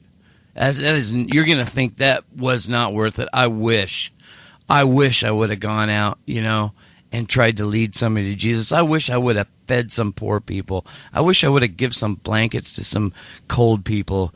I wish I would have visited people in prison and people that were sick. Just like Jesus said, the works. That's the works you're going to be rewarded for. But you spent your whole life partying. I'm going to tell you what, that is not going to. That's going to be bad. It's going to be a bad scene. So anyway. Do you? John, you don't hold to that view, really, though, do you? That you had way back there. We can go back to that sometime. What? You asked what my basis is for everything. Yes, I mean because in order to explore conspiracies, you have to have a core of things that you accept as truth. Otherwise, you don't have any framework. No frame of reference. So. Yeah, so you're going to talk about that a little bit? Well, I believe in objective truth. So let's take an example of that. We talk about conspiracy factualism, and I make repeated references to somewhat obscure science called the science of statistical probability, or sometimes it's called probability theory. But it has to do with redundant patterns that can occur in mathematics or actually in geometry. And so that you're looking at this, you go, okay, this didn't just assemble itself by itself. That's what a coincidence theorist would say. So that's we need to throw that term around a little bit. Coincidence theorist, because we got lots and lots of coincidence theorists out there. I'm a conspiracy factualist, and of course, there's plenty of conspiracy theories. I talk about conspiracy theories all the time. There's things I don't know. I'm dealing with probabilities, but there's certain things that you can know.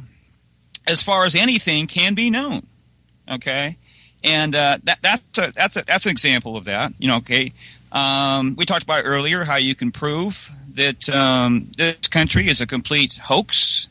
The whole voting system is a scam because every single president that we have has been proven that they are actually related to the European monarchs. Yes, that's a fact. You can't refute it. Yes, and you can see in these last two elections, it was set up. I mean, okay, Bush, he stole that election. He stole it. That whole Florida thing. He lost, but they put him in there anyway. I mean, now we can really see what you're talking about. I mean, it's kind of obvious in Obama. Man, I was watching the election. Me and Rick, we did an Iron Show election show live. And I was watching the electoral votes on Obama, and they were down there like around 70, and then they jumped to 160 in a flash. And Rick, he doesn't believe in conspiracies. Right then he did. He said, "What happened?" He goes, I was watching his like 70 electoral votes. He goes, I blinked my eyes and it was like 160. And then what did it go to? What did it go to? Over 200 in the end. That came out of nowhere. My mouth was just hanging open, and Rick, he converted. Rick would have you would like to talk to Rick now, because once that happened, Rick accepted that, man, this is a conspiracy. You know. Well, you have to believe in conspiracies. If you have to. You're thinking straight as a Christian, because you have the enemy of the church is who? Satan. Now, here's a problem with the unthinking church, okay? They acknowledge this demonic realm and this hierarchy, stuff like that, with Satan at the head, but they don't understand that there's an earthly hierarchy that serves the spiritual hierarchy with great devotion and unlimited resources and motivation. Oh, yes. We're talking about the illuminate, and we always are kind of beyond other people, and this is really important, what I'm going to say next, because we believe the apex of civilization, as far as advanced technology, etc., is not on the face of the earth. And we're not talking about a hollow earth theory either. We're talking about these unknown supermen that dwell in the cavern cities, and unfortunately, we don't have the resources to prove that wrong. So you can be as skeptical as you want, but you cannot prove it wrong. Oh, what about the airport in Denver? I mean, what about that giant? I mean, they've been digging tunnels down there in caverns for 15 years. Military's out there and all this stuff. I mean, it's right there in front of your face. Mm-hmm. You don't believe in it? It's right there. Mm-hmm. You can see all their drilling machines. Dude, I'm a longshoreman, and I almost took a picture of this. I was in a hurry, but there was two mole digging bits, you know, for one of those gigantic mole machines. I mean, this thing was like 15 feet across, you know, it was made of probably the hardest steel in the world. And, you know, I mean, it looked like this, you know, well, you know what they look like. The drill bits in front of the big mole machines that dig the cavern. I was going to take a picture of it and send it to you, man, because that would blow your mind. But I have personally seen 2 of those drill heads. And that was about, a month ago. On the terminal, on the port. I'm a longshoreman. It came off the ship, and they were putting it on a rail car. And it was so big. It was so big that they could only put one of them on a flatbed rail car. Only one. So big and so heavy. And I was thinking about you, Dave. Man, when I saw it, all I could think about was you and all this stuff you were saying. I was like, oh my God, there it is. Well, they actually have tunnel boring machines too. Well, that's what that was. It was a tunnel boring machine. It was the bit, the drill bit that goes in the front of it. You know what I'm talking about? It spins. Yeah. Oh yeah. But you know what it looked like? It didn't look like. I'm talking about when I talk about this, I'm talking about a machine that travels from point A to point B. Does this travel, or do they just point it down like a drill? It's like a mole machine. It drills. Okay. Yeah, you drive it. You just, you know, like it's almost like in a science fiction movie. You just see the drill head.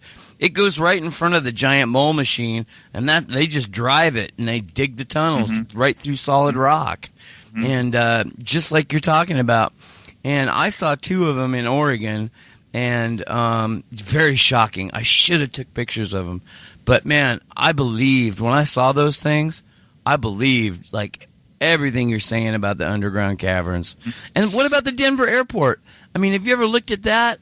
There's like 2,000-3,000 workers and soldiers there, and you can't get near it. It's all guarded like Area 51. And they're bringing in, you know, hundreds of those mole machines. Oh, my God. You're so right about the underground caverns. I thought you were going to talk about the mural there in the airport. Well, that's, you know, okay, that right there. I mean, the mural in the Denver airport it's what it's telling you is like, man, we're going to destroy the world and go underground. That's what that's saying, isn't it? Have you watched the Pit Goat 2 video yet? I have not. I've just seen the mole machines, the Denver airport dig, and those murals. And dude, okay, okay, it's just like I went back and I told you about that guy who owned that big business, and he liked to smoke pot in his car while he was sending people to dope tests. I mean, it's just like that.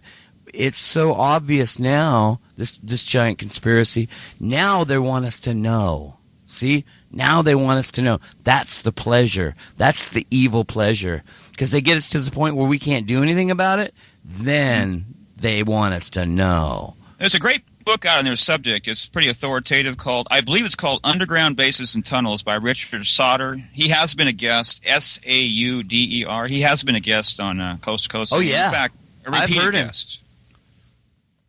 And he's also got a book on underwater bases. That's a whole other subject. There's a specialist on the Denver airport, too. Have you ever heard that guy? Oh, my God. That'll scare you. I actually don't trust the stories as a general rule. I don't abandon 100% of it. I don't trust the stories that, as a general rule, about what is down there below. You can go there, though, and see it. Yeah. I mean, a conspiracy really is, me and you, we are conspiring to record an Iron Show and put it out there. We're making our plans, we're getting together, and we're doing it. And anybody who does any kind of an evil plan and executes it, that's a conspiracy. That's exactly right, John. You have the difficulty of trying to disprove a negative. You have the situation out there when you get into apologetics, or what I call conspiratorial philosophy, or you're a conspiracy philosopher. Okay, you have to understand that you cannot disprove that there are two people out there scheming against you somewhere at this very moment. Now, can you disprove that? You can say, well, it's statistically improbable. It didn't prove anything. You can't disprove that there's not a high coven out there right now that was responsible for what happened to your house earlier because they didn't like you talking to me.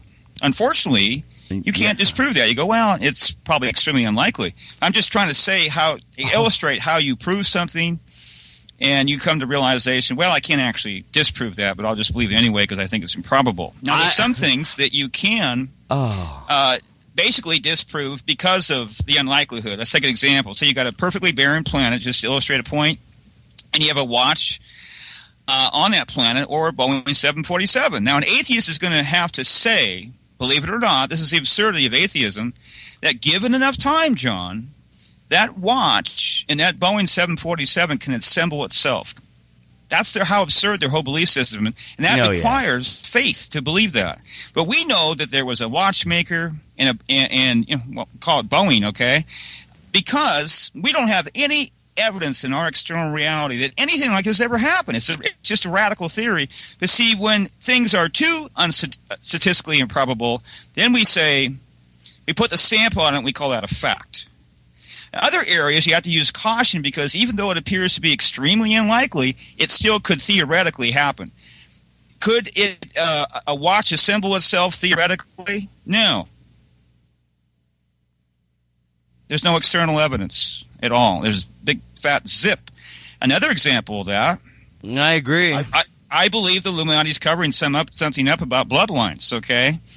And this theory, which I don't believe has any basis in reality, that everyone is descended from Noah. Okay? That's what they want most Christians to believe. How are you going to prove that? We don't have any evidence in external reality here. You're just observing everything around you. There's no evidence that the only time you have significant alterations in bloodlines, DNA, and stuff like that is when people intermarry. You understand that? Mm-hmm. Well, okay. See, now, descending from Noah. You believe that everybody came from Noah? Oh yeah, I mean because it's faith. That's the Bible. The Bible says it, and I believe it. I don't believe the Bible says that, but anyway. Well, his family was the only one that survived the flood. Well, I believe that. Yeah. Well, then we would have to be descended from him, right? Well, here's the thing. Scholars will actually tell you that the Hebrew is ambiguous in Genesis 6 there. if you look at the English Bible, the text, it makes it appear as if the entire world was entirely covered with water. I don't believe that the original text says that. There's a tremendous amount of external evidence. And this is the basis for cannibalism. Like, for instance, in the South Pacific, that the water rose so high that it covered almost all of the mountaintops, but not all of them. And so you had people that were isolated and resorted to cannibalism. And then because it was like this great cosmological event, it became like a religion for them. And so it's not like a sacred thing because it's part of their oral tradition about the past. And they got like, sacraments and everything, you know what I mean? That's the theory for cannibalism. But all over the world, there's stories. I'm not trying to base it on this. I'm just trying to, give one data point here, that people had to get to very high heights in this flood, because they talk about the flood all over the earth, okay, in different cultures, and right. In order to survive. But there's I'm just trying to say that I don't believe you can use the text to prove that it was above every mountain. But see, the Bible is actually about Adam and his progeny. And that's what the story of, when it talks about 8 survived, it's talking about a bloodline. That's the theory, though. And let's take another data point. You go to Numbers 13:33, which you can see that there's tampering there with the numbers. It's staring you right in the face, just like when you go to John 6:63. Because, see, the numbering system didn't come from God. It came from the Roman Catholic Church. Remember that? The chapter headings, where'd that come from? Right. That was the canon. So when you go to Revelation 13 and it talks about the beast, what is that telling you? It's telling me to be suspicious, just like when they tell us that there's 66 books in the canon. That's an Illuminati signature. Oh, wow. That's going too far for Johnny. I accept the canon. Because in the big picture, God is in control of everything. Here's what we say, okay? The Illuminati control everything, and God controls Illuminati. Right, okay. Now we agree. In the big picture, it was God. You were scaring me for a minute there. No, we have what we call a diaspora Bible. The diaspora is a period of probation, spiritual famine, captivity, exile, and tribulation, and basically everything's screwed up, and all you have is massive mediocrity at every hand. That's all we've ever known. Right. You know what I mean? Yeah. So our Bible is the same way. It has problems, John. Yeah, but God is control. I believe that God is sovereign over the Bible, and it's what we have. God is in control of that. Okay, but I'll just throw out one thing in there. Because you asked me, what is my basis? Most people would say the Bible. You can take any... Now, people are going to say, well, he's attacking the Bible. This is supposed to be a self-evident fact. So if you you're scaring me there. It's because you have an emotional bias. I'm not saying you, John, but anybody listen to this. Now, watch what I do, okay?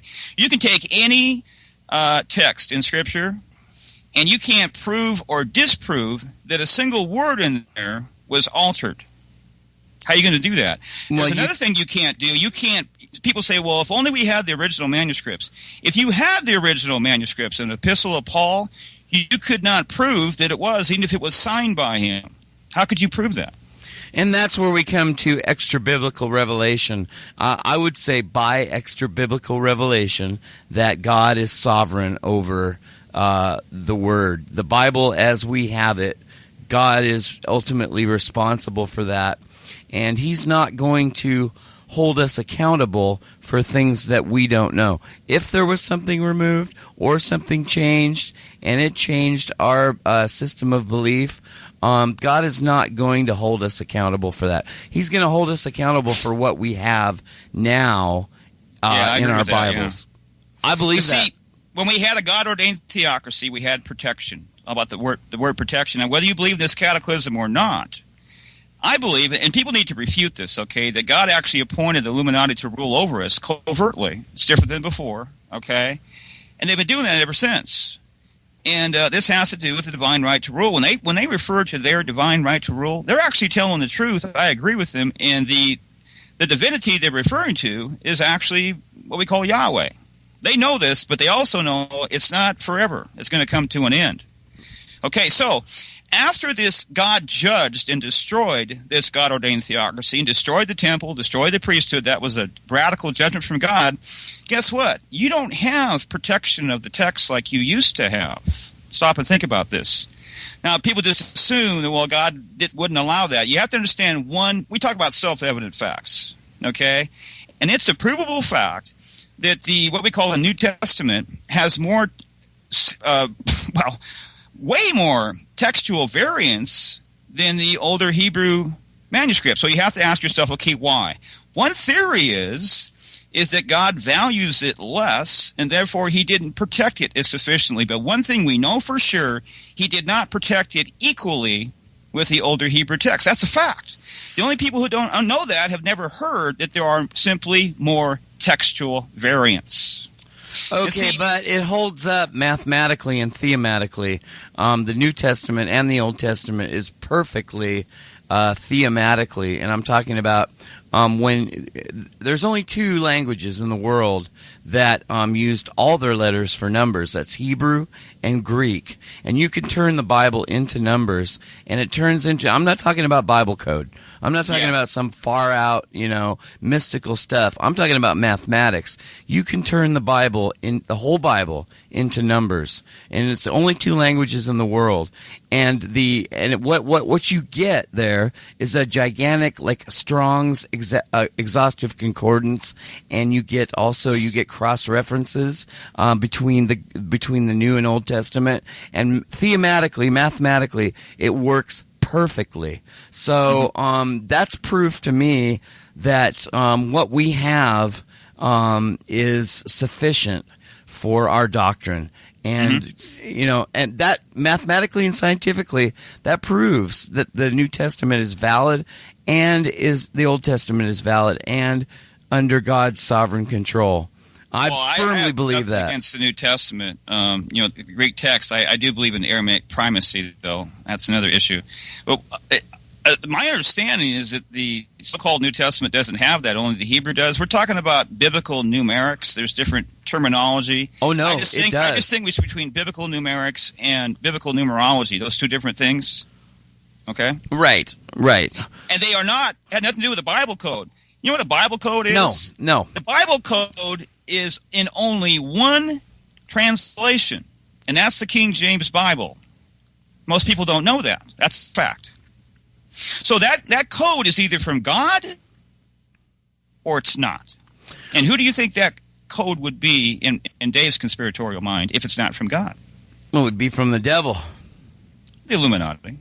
Or people, there's people that, God warns anybody who changes any of the text or the word, they're going to be condemned.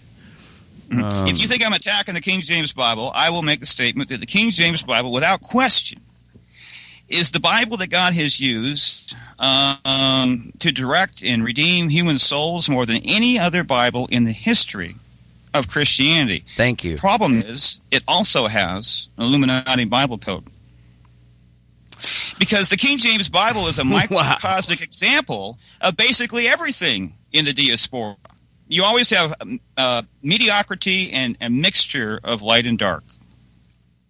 That's all you get in this period of time. Right. Well, that's true. I mean, I'll accept that as an axiom. Go back to one thing. Matthew 17:11. Elijah will come and restore or reform, as it says in New American Standard, all things or everything. That's telling you that everything is screwed up at some level, including your Bible to some degree. Now, I have a very high view of the Bible. I don't want anybody to understand me. I'm not a liberal, okay? Because I talk about horizontal and vertical corruption. When we talk about vertical corruption, we're talking about corruption from God's perspective. From God's perspective, I believe that if you translate the text, you corrupt it. And this is the ancient rabbinic view, which is the view that I hold to, because Hebrew is a divine language, and it's supposed to be translated, of course, in the diaspora, because in the diaspora, God scatters his people. Okay? So you're going to have different languages, and you're going to have translation. So you're going to have a step down. You see, you can't hold to the old standard. You see the high standard that I have? Now, that's vertical corruption. Now, so from God's perspective, it's corrupt, okay? From man's perspective, no. It's not corrupt at all. You say it's corrupt, and you're attacking the Bible. You know what I mean? Now, if you're a liberal and you're criticizing text, you're a skeptic about whether the original manuscripts were inspired, But you talk about these conspiracy theories that the Roman Catholic Church deliberately corrupted it. That's horizontal corruption. That's a human opinion. You know what I mean? You see the difference? Because there is a corruption from God. You know, when God said to the prophet Hosea in Hosea chapter 5, Israel is corrupt, that's God's opinion. The Israelites didn't believe that. That's why whenever they sent a prophet to the people, they rejected them, because one thing we know for sure is that consistently all through history, God's people have misunderstood their relationship before God. You know, Israel will say, well, we're the apple of God's eye. And what they would do is make a similar error that modern Christians do, where we compare ourselves with the wicked world. And you can look pretty good doing that. But the Israelites used to compare themselves with the pagans. The problem is you can undercut that whole belief system by simply going to the book of Ezekiel, where it says you have these three different sisters, and they symbolize Judah, Samaria, and Sodom.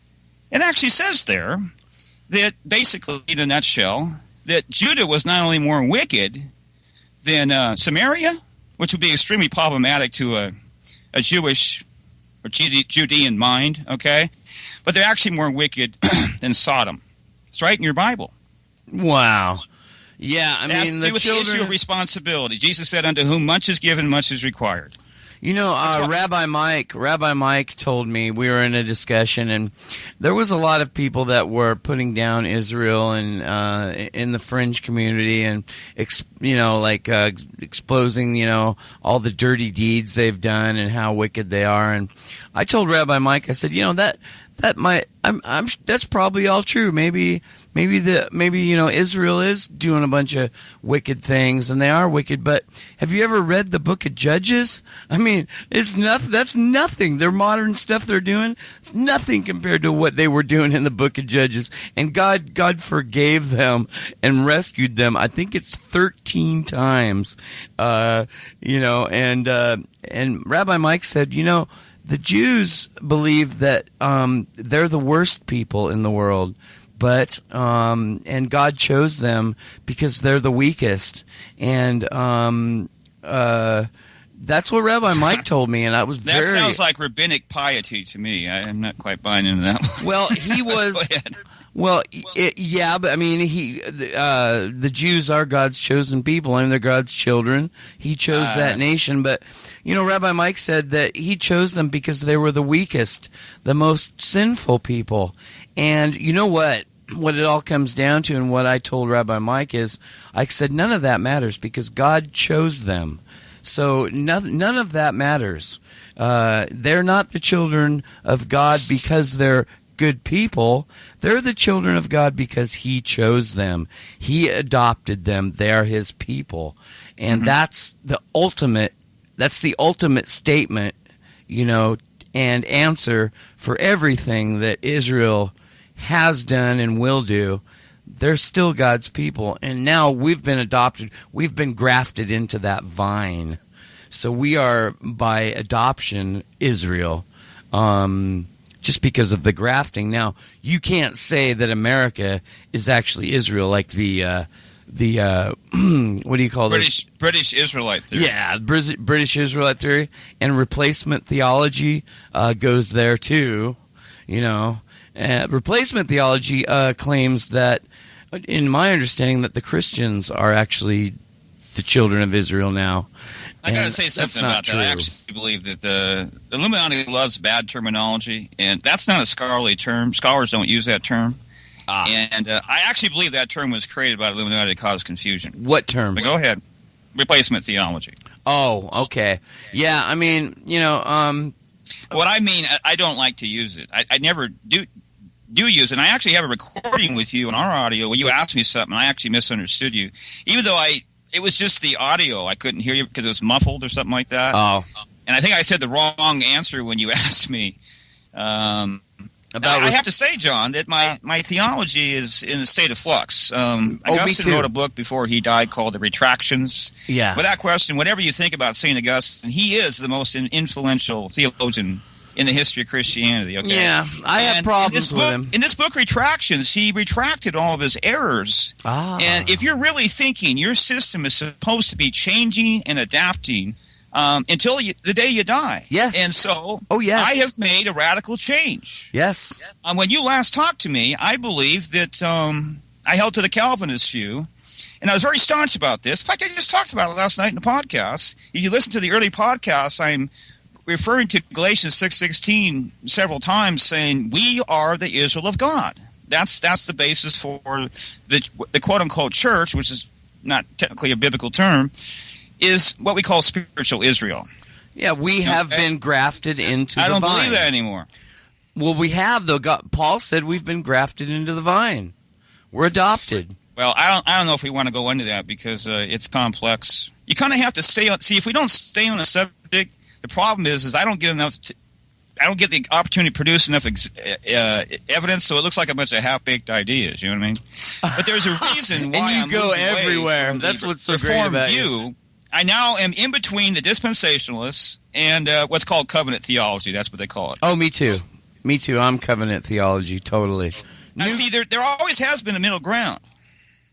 Unless you want to place the Christian identity movement at the other extreme. You could do that. Depends on how you evaluate them. Here's what I'm saying. You mean the Nazis? Okay? No, that's not good terminology there. Oh, well, let's look at the Christian identity movement, okay? I believe the Christian identity movement was created by Illuminati. Okay? Oh, yeah. But there are certain, I'm going to actually I'll call them truths or even secrets. I say secrets because as a general rule, Christians don't believe these things about bloodlines unless if they're outside the Christian identity movement. I believe that they created that movement to actually hide certain secrets about bloodlines to get you to reject things. We talked about this earlier, I think, before we pushed the record button. Oh, yeah. You mean what's called guilt by association. In other words, if you're exposed to a certain doctrine, you're going to say, oh, that's what the Christian identity movement believes. Now, if you look at that movement, it's not a monolithic movement. That's the other thing. It's very broad, and it's true that at one extreme you have white nationalists and actually the Nazi types. Yeah. At the other end, you have people like Michael Hoffman II, or at least some people say he's involved with that. I would think that's questionable too, who are just talking about bloodlines and racial issues enough to make people uncomfortable enough to actually put you in that movement, whether you belong or not. There's a lot of diversity there, and incorrect labeling. You know, and this is something that I really value about you, is that no matter how wild and crazy these these groups get, that break off, these splinter groups like Christian Identity and Mormons and Catholics and everybody, no matter how wild they get, they possess a certain amount of truth. Certain truths. And you can't throw the baby out with the bathwater.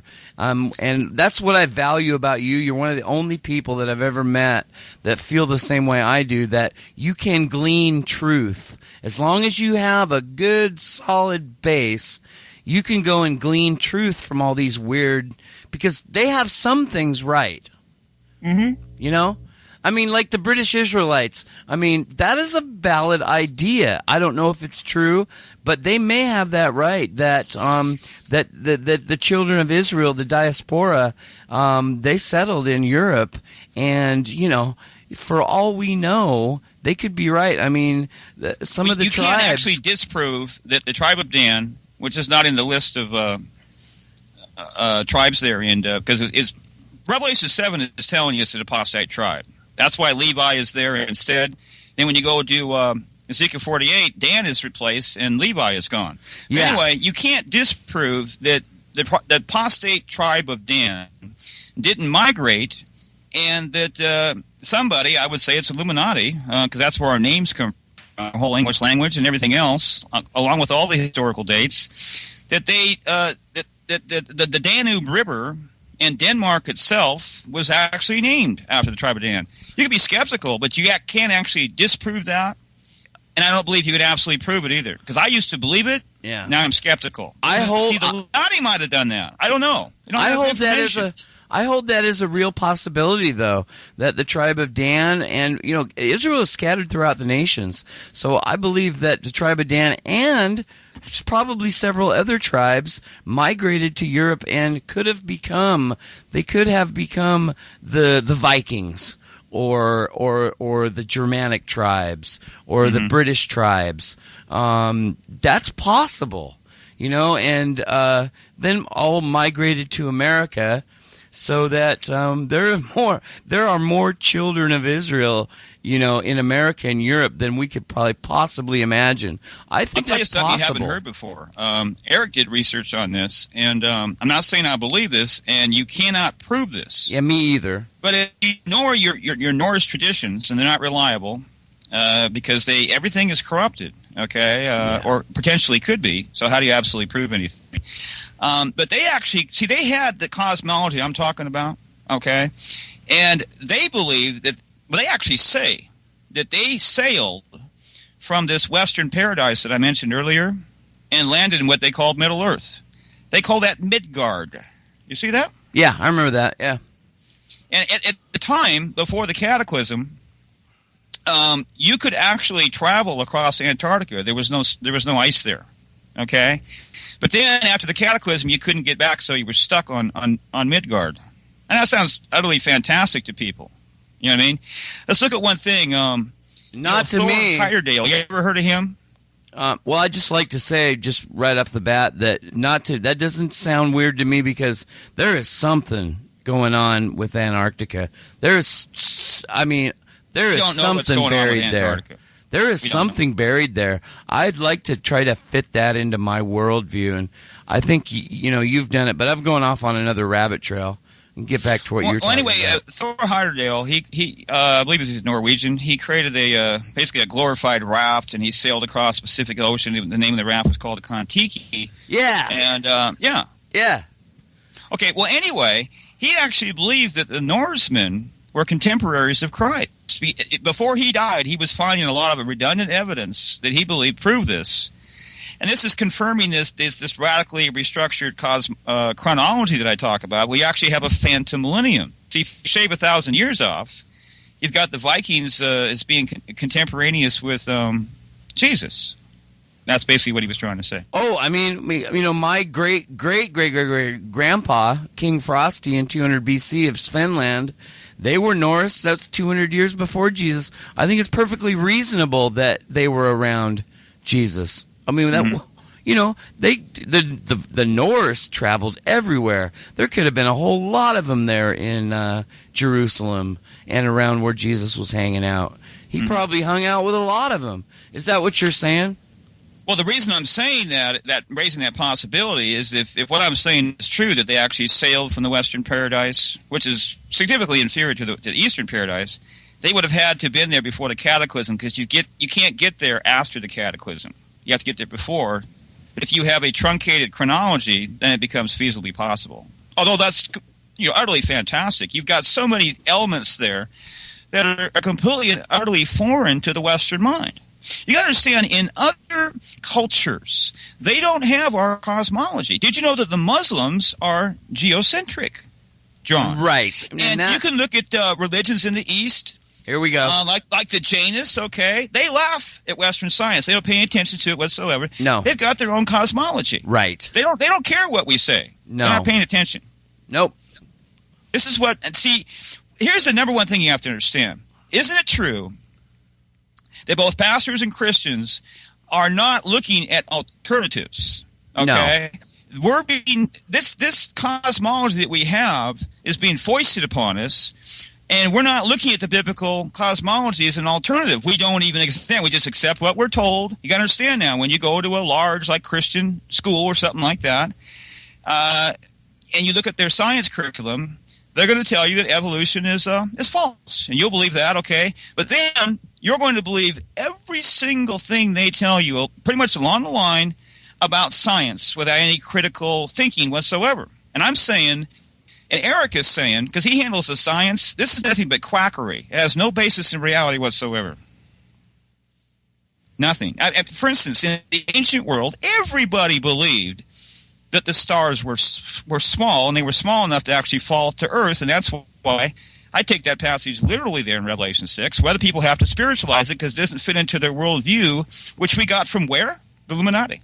John's pondering that. Yeah, well, you know what? I have always doubted, especially the distance of stars and their size, and I have always doubted that they are as far away as modern cosmology says that they are.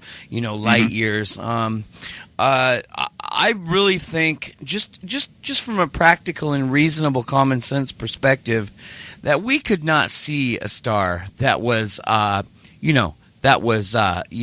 50 light years, 100 light years, 500 light years away. I don't believe that we could even see it. So I seriously doubt that the stars are as far away as they say and they are as big as they say. I doubt that. I think they're smaller and a lot closer. But that's just my common sense gut feeling. I've always let's talk felt about that. common sense. Let's look at one thing, okay? In the ancient world, we know, okay, and scholars say that people used to believe that the sun and the moon were the same size. Now, you ask yourself, why did they believe that? You know why, John? Because they looked up in the sky, and that's what common sense told them.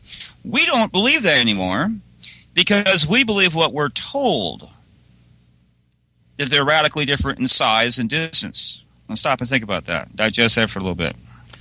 Now, the overall, it's all based on one word: trust. Right. The overall Trusting somebody. Who are you trusting?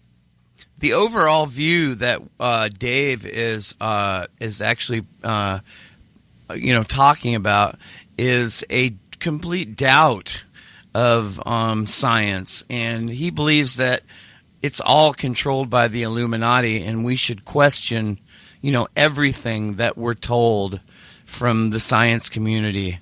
Dave really believes that. Mm-hmm.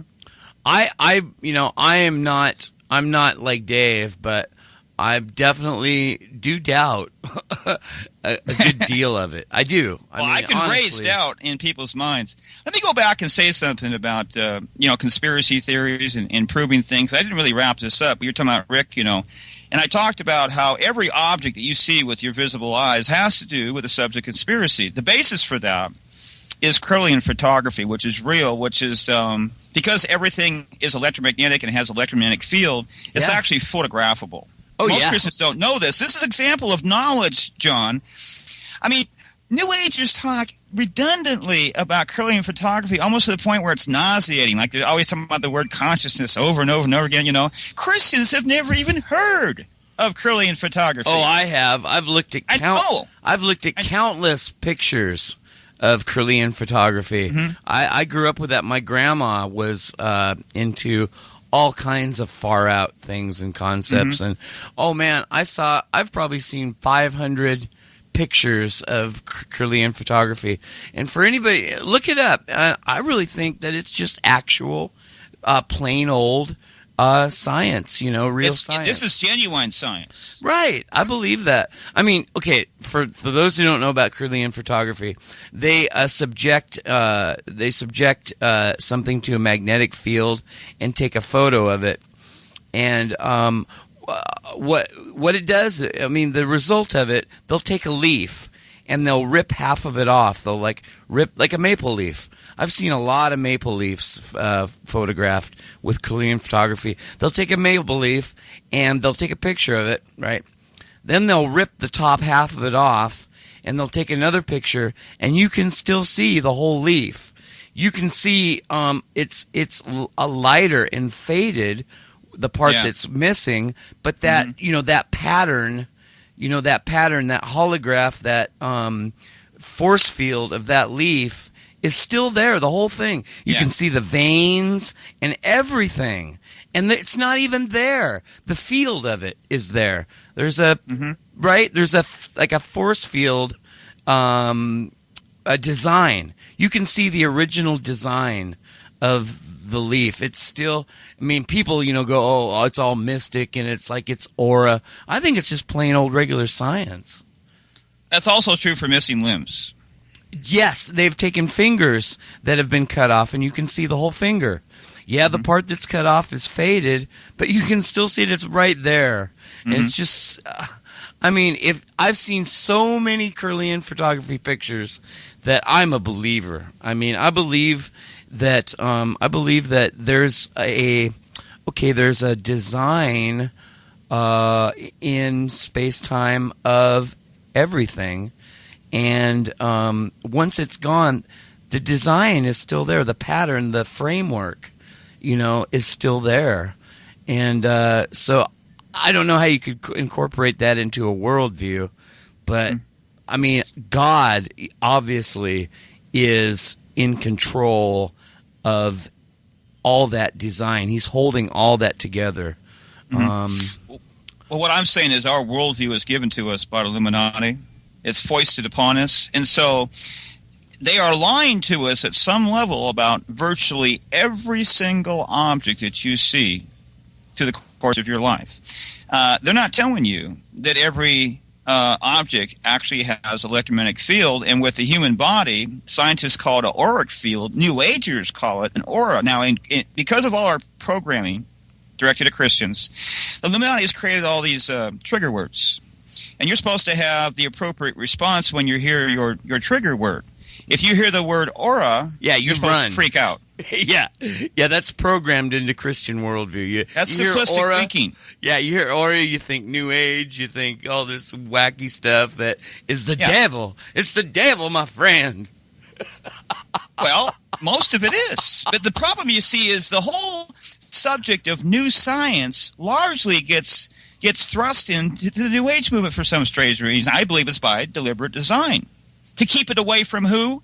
Us. Christians. Yes, and the Bible does say, God is complaining. He said the children of darkness no more than the children of light. Absolutely. That's talking about monetary things there, right? I don't, you know what? I'm not really all that familiar with the context. Issues of money, I think, yeah. I did not know that. I thought it was it's talking about earthly wisdom. That's what I thought it was, and knowledge, science knowledge, and all that. Uh-huh. That the children of darkness know more than the children of light, and that's, God is complaining about that. And that's just what you're talking about. Well, people have to understand there's a tremendous amount of superstition in Christianity. Yes. What superstition is, it's based on ignorance. And people think, back in the Dark Ages, people were very superstitious. Well, they have a different type of superstition today. Back then, and in earlier in the Soviet Union or Russia, or earlier in China, they had a dearth of information. Okay? They weren't telling you things. They were keeping things from you. Same thing back with the medieval Catholic Church. America is the greatest social engineering experiment in the history of the world. Over here, they do something different because we have had more privileges historically. They're being taken away from us. No, yeah. All we really have is temporary privileges. We don't actually have any rights, even though people believe that.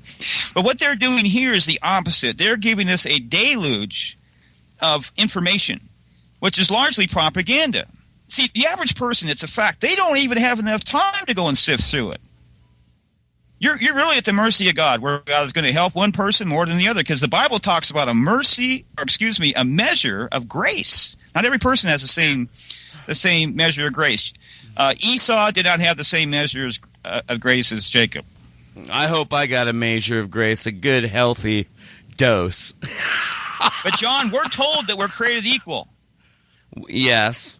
And that's what almost everybody believes, but if you stop and you think for yourself and you progress a little bit in knowledge, you'll realize that everything that God does has tremendous complexity, and it's statistically unlikely that any two things in the creation could be exactly equal in an absolute sense. We're talking about precision. Right. Because everything has individual complexity. Thank you.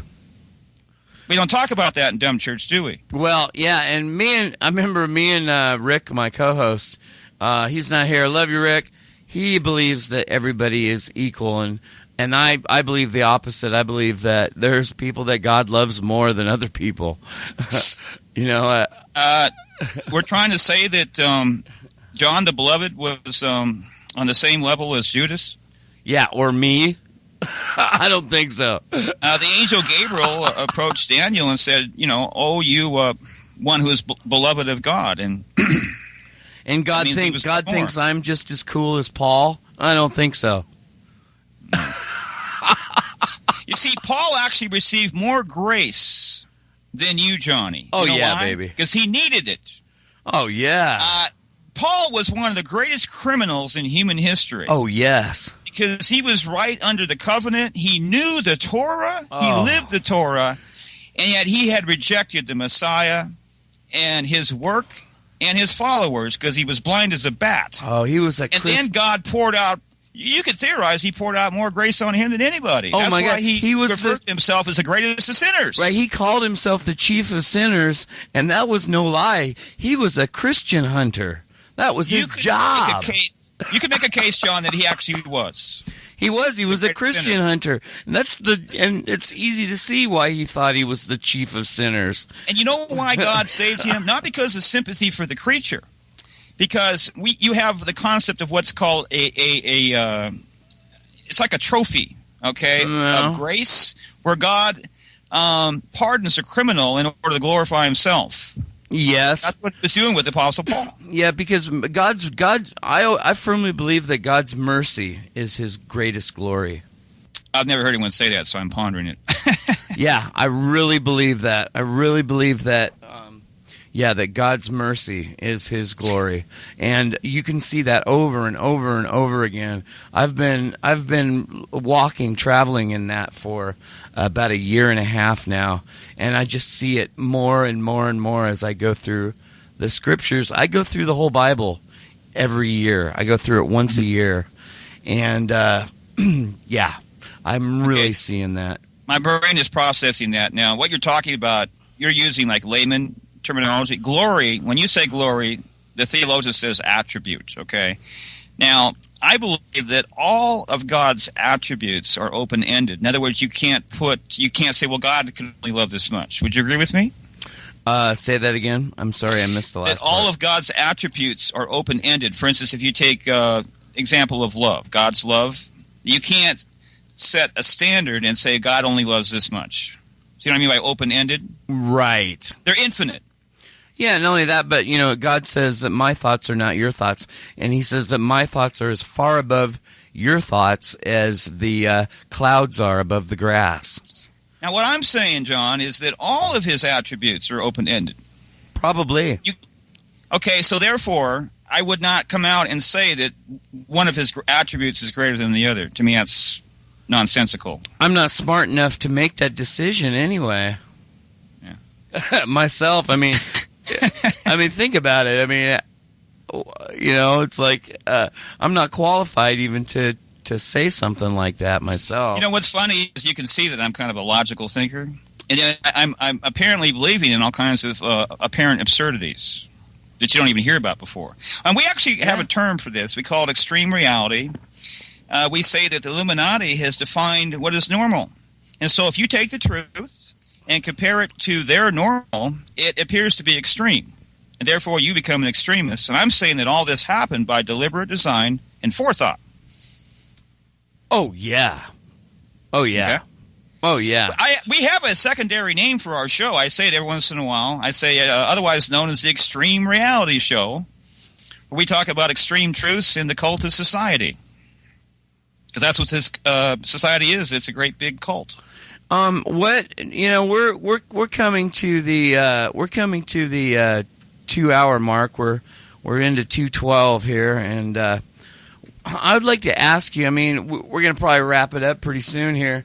There were some loose ends I didn't tie up, like Christianity is a false religion. You'll probably get some emails. Oh my about that. God! See, Dave explores all these ideas. I want the listener to know that good old X here. He explores all these wild ideas, and he scares you, and he makes your eyebrows, twitch and stuff. But I want to tell you that Dave, he's a real Christian. He really cares. He really cares about people. He's doing the work for the Lord, and if you really nail him down, he's got really good core theology. So keep that in mind as you're listening to all these wild things he's saying. Yeah, well, Johnny, you were in there with the chat room one night when we were ministering to a young lady.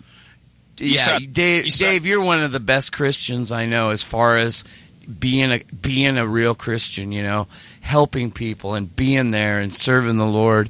I mean, that's why when I run across somebody that has a lot of really wild ideas, but they have credibility as a real Christian. I'm willing to listen to anything they say. You know, I have to say that if you run into a person that has a lot of wild ideas on a statistical perspective, they're probably going to be wrong. I'll be the first to tell you that. Well, some of what they're saying, yeah. I mean, but it's good to, God says, come, let us reason together. And that's what we're doing here. Mm-hmm. Right? I mean, that's what we're doing. God doesn't want us to sit there and shut our mouths and not explore any ideas or thoughts. I mean, He wants us, He says, come, let us reason together. We're supposed to do this. Mm-hmm. That's what the Iron Show is all about. You actually bring the Iron Show into our chat room because I actually want people to ask me, critical questions. That creates a great show. And you're the best person at doing that. I've told other people about that. About what? I've actually, by the way, when you were in there one night, I've actually got a title, and the audio's it's not up yet, but this is what it's called. It's called Iron Sharpens Iron with Contrarious and Johnny Iron. That's what it's called. So. All right. I guess I'm Johnny Iron now. Gons over at Canary Cry Radio and Gons and Basil, they gave me that name, and now everybody's calling me Johnny Iron. So. Yeah. Maybe I'll have to go down to the courthouse. I say Johnny in the title. I've got to say something else. So in my other titles, I put Johnny the Longshoreman. Yeah, because I am, and I tell you, man.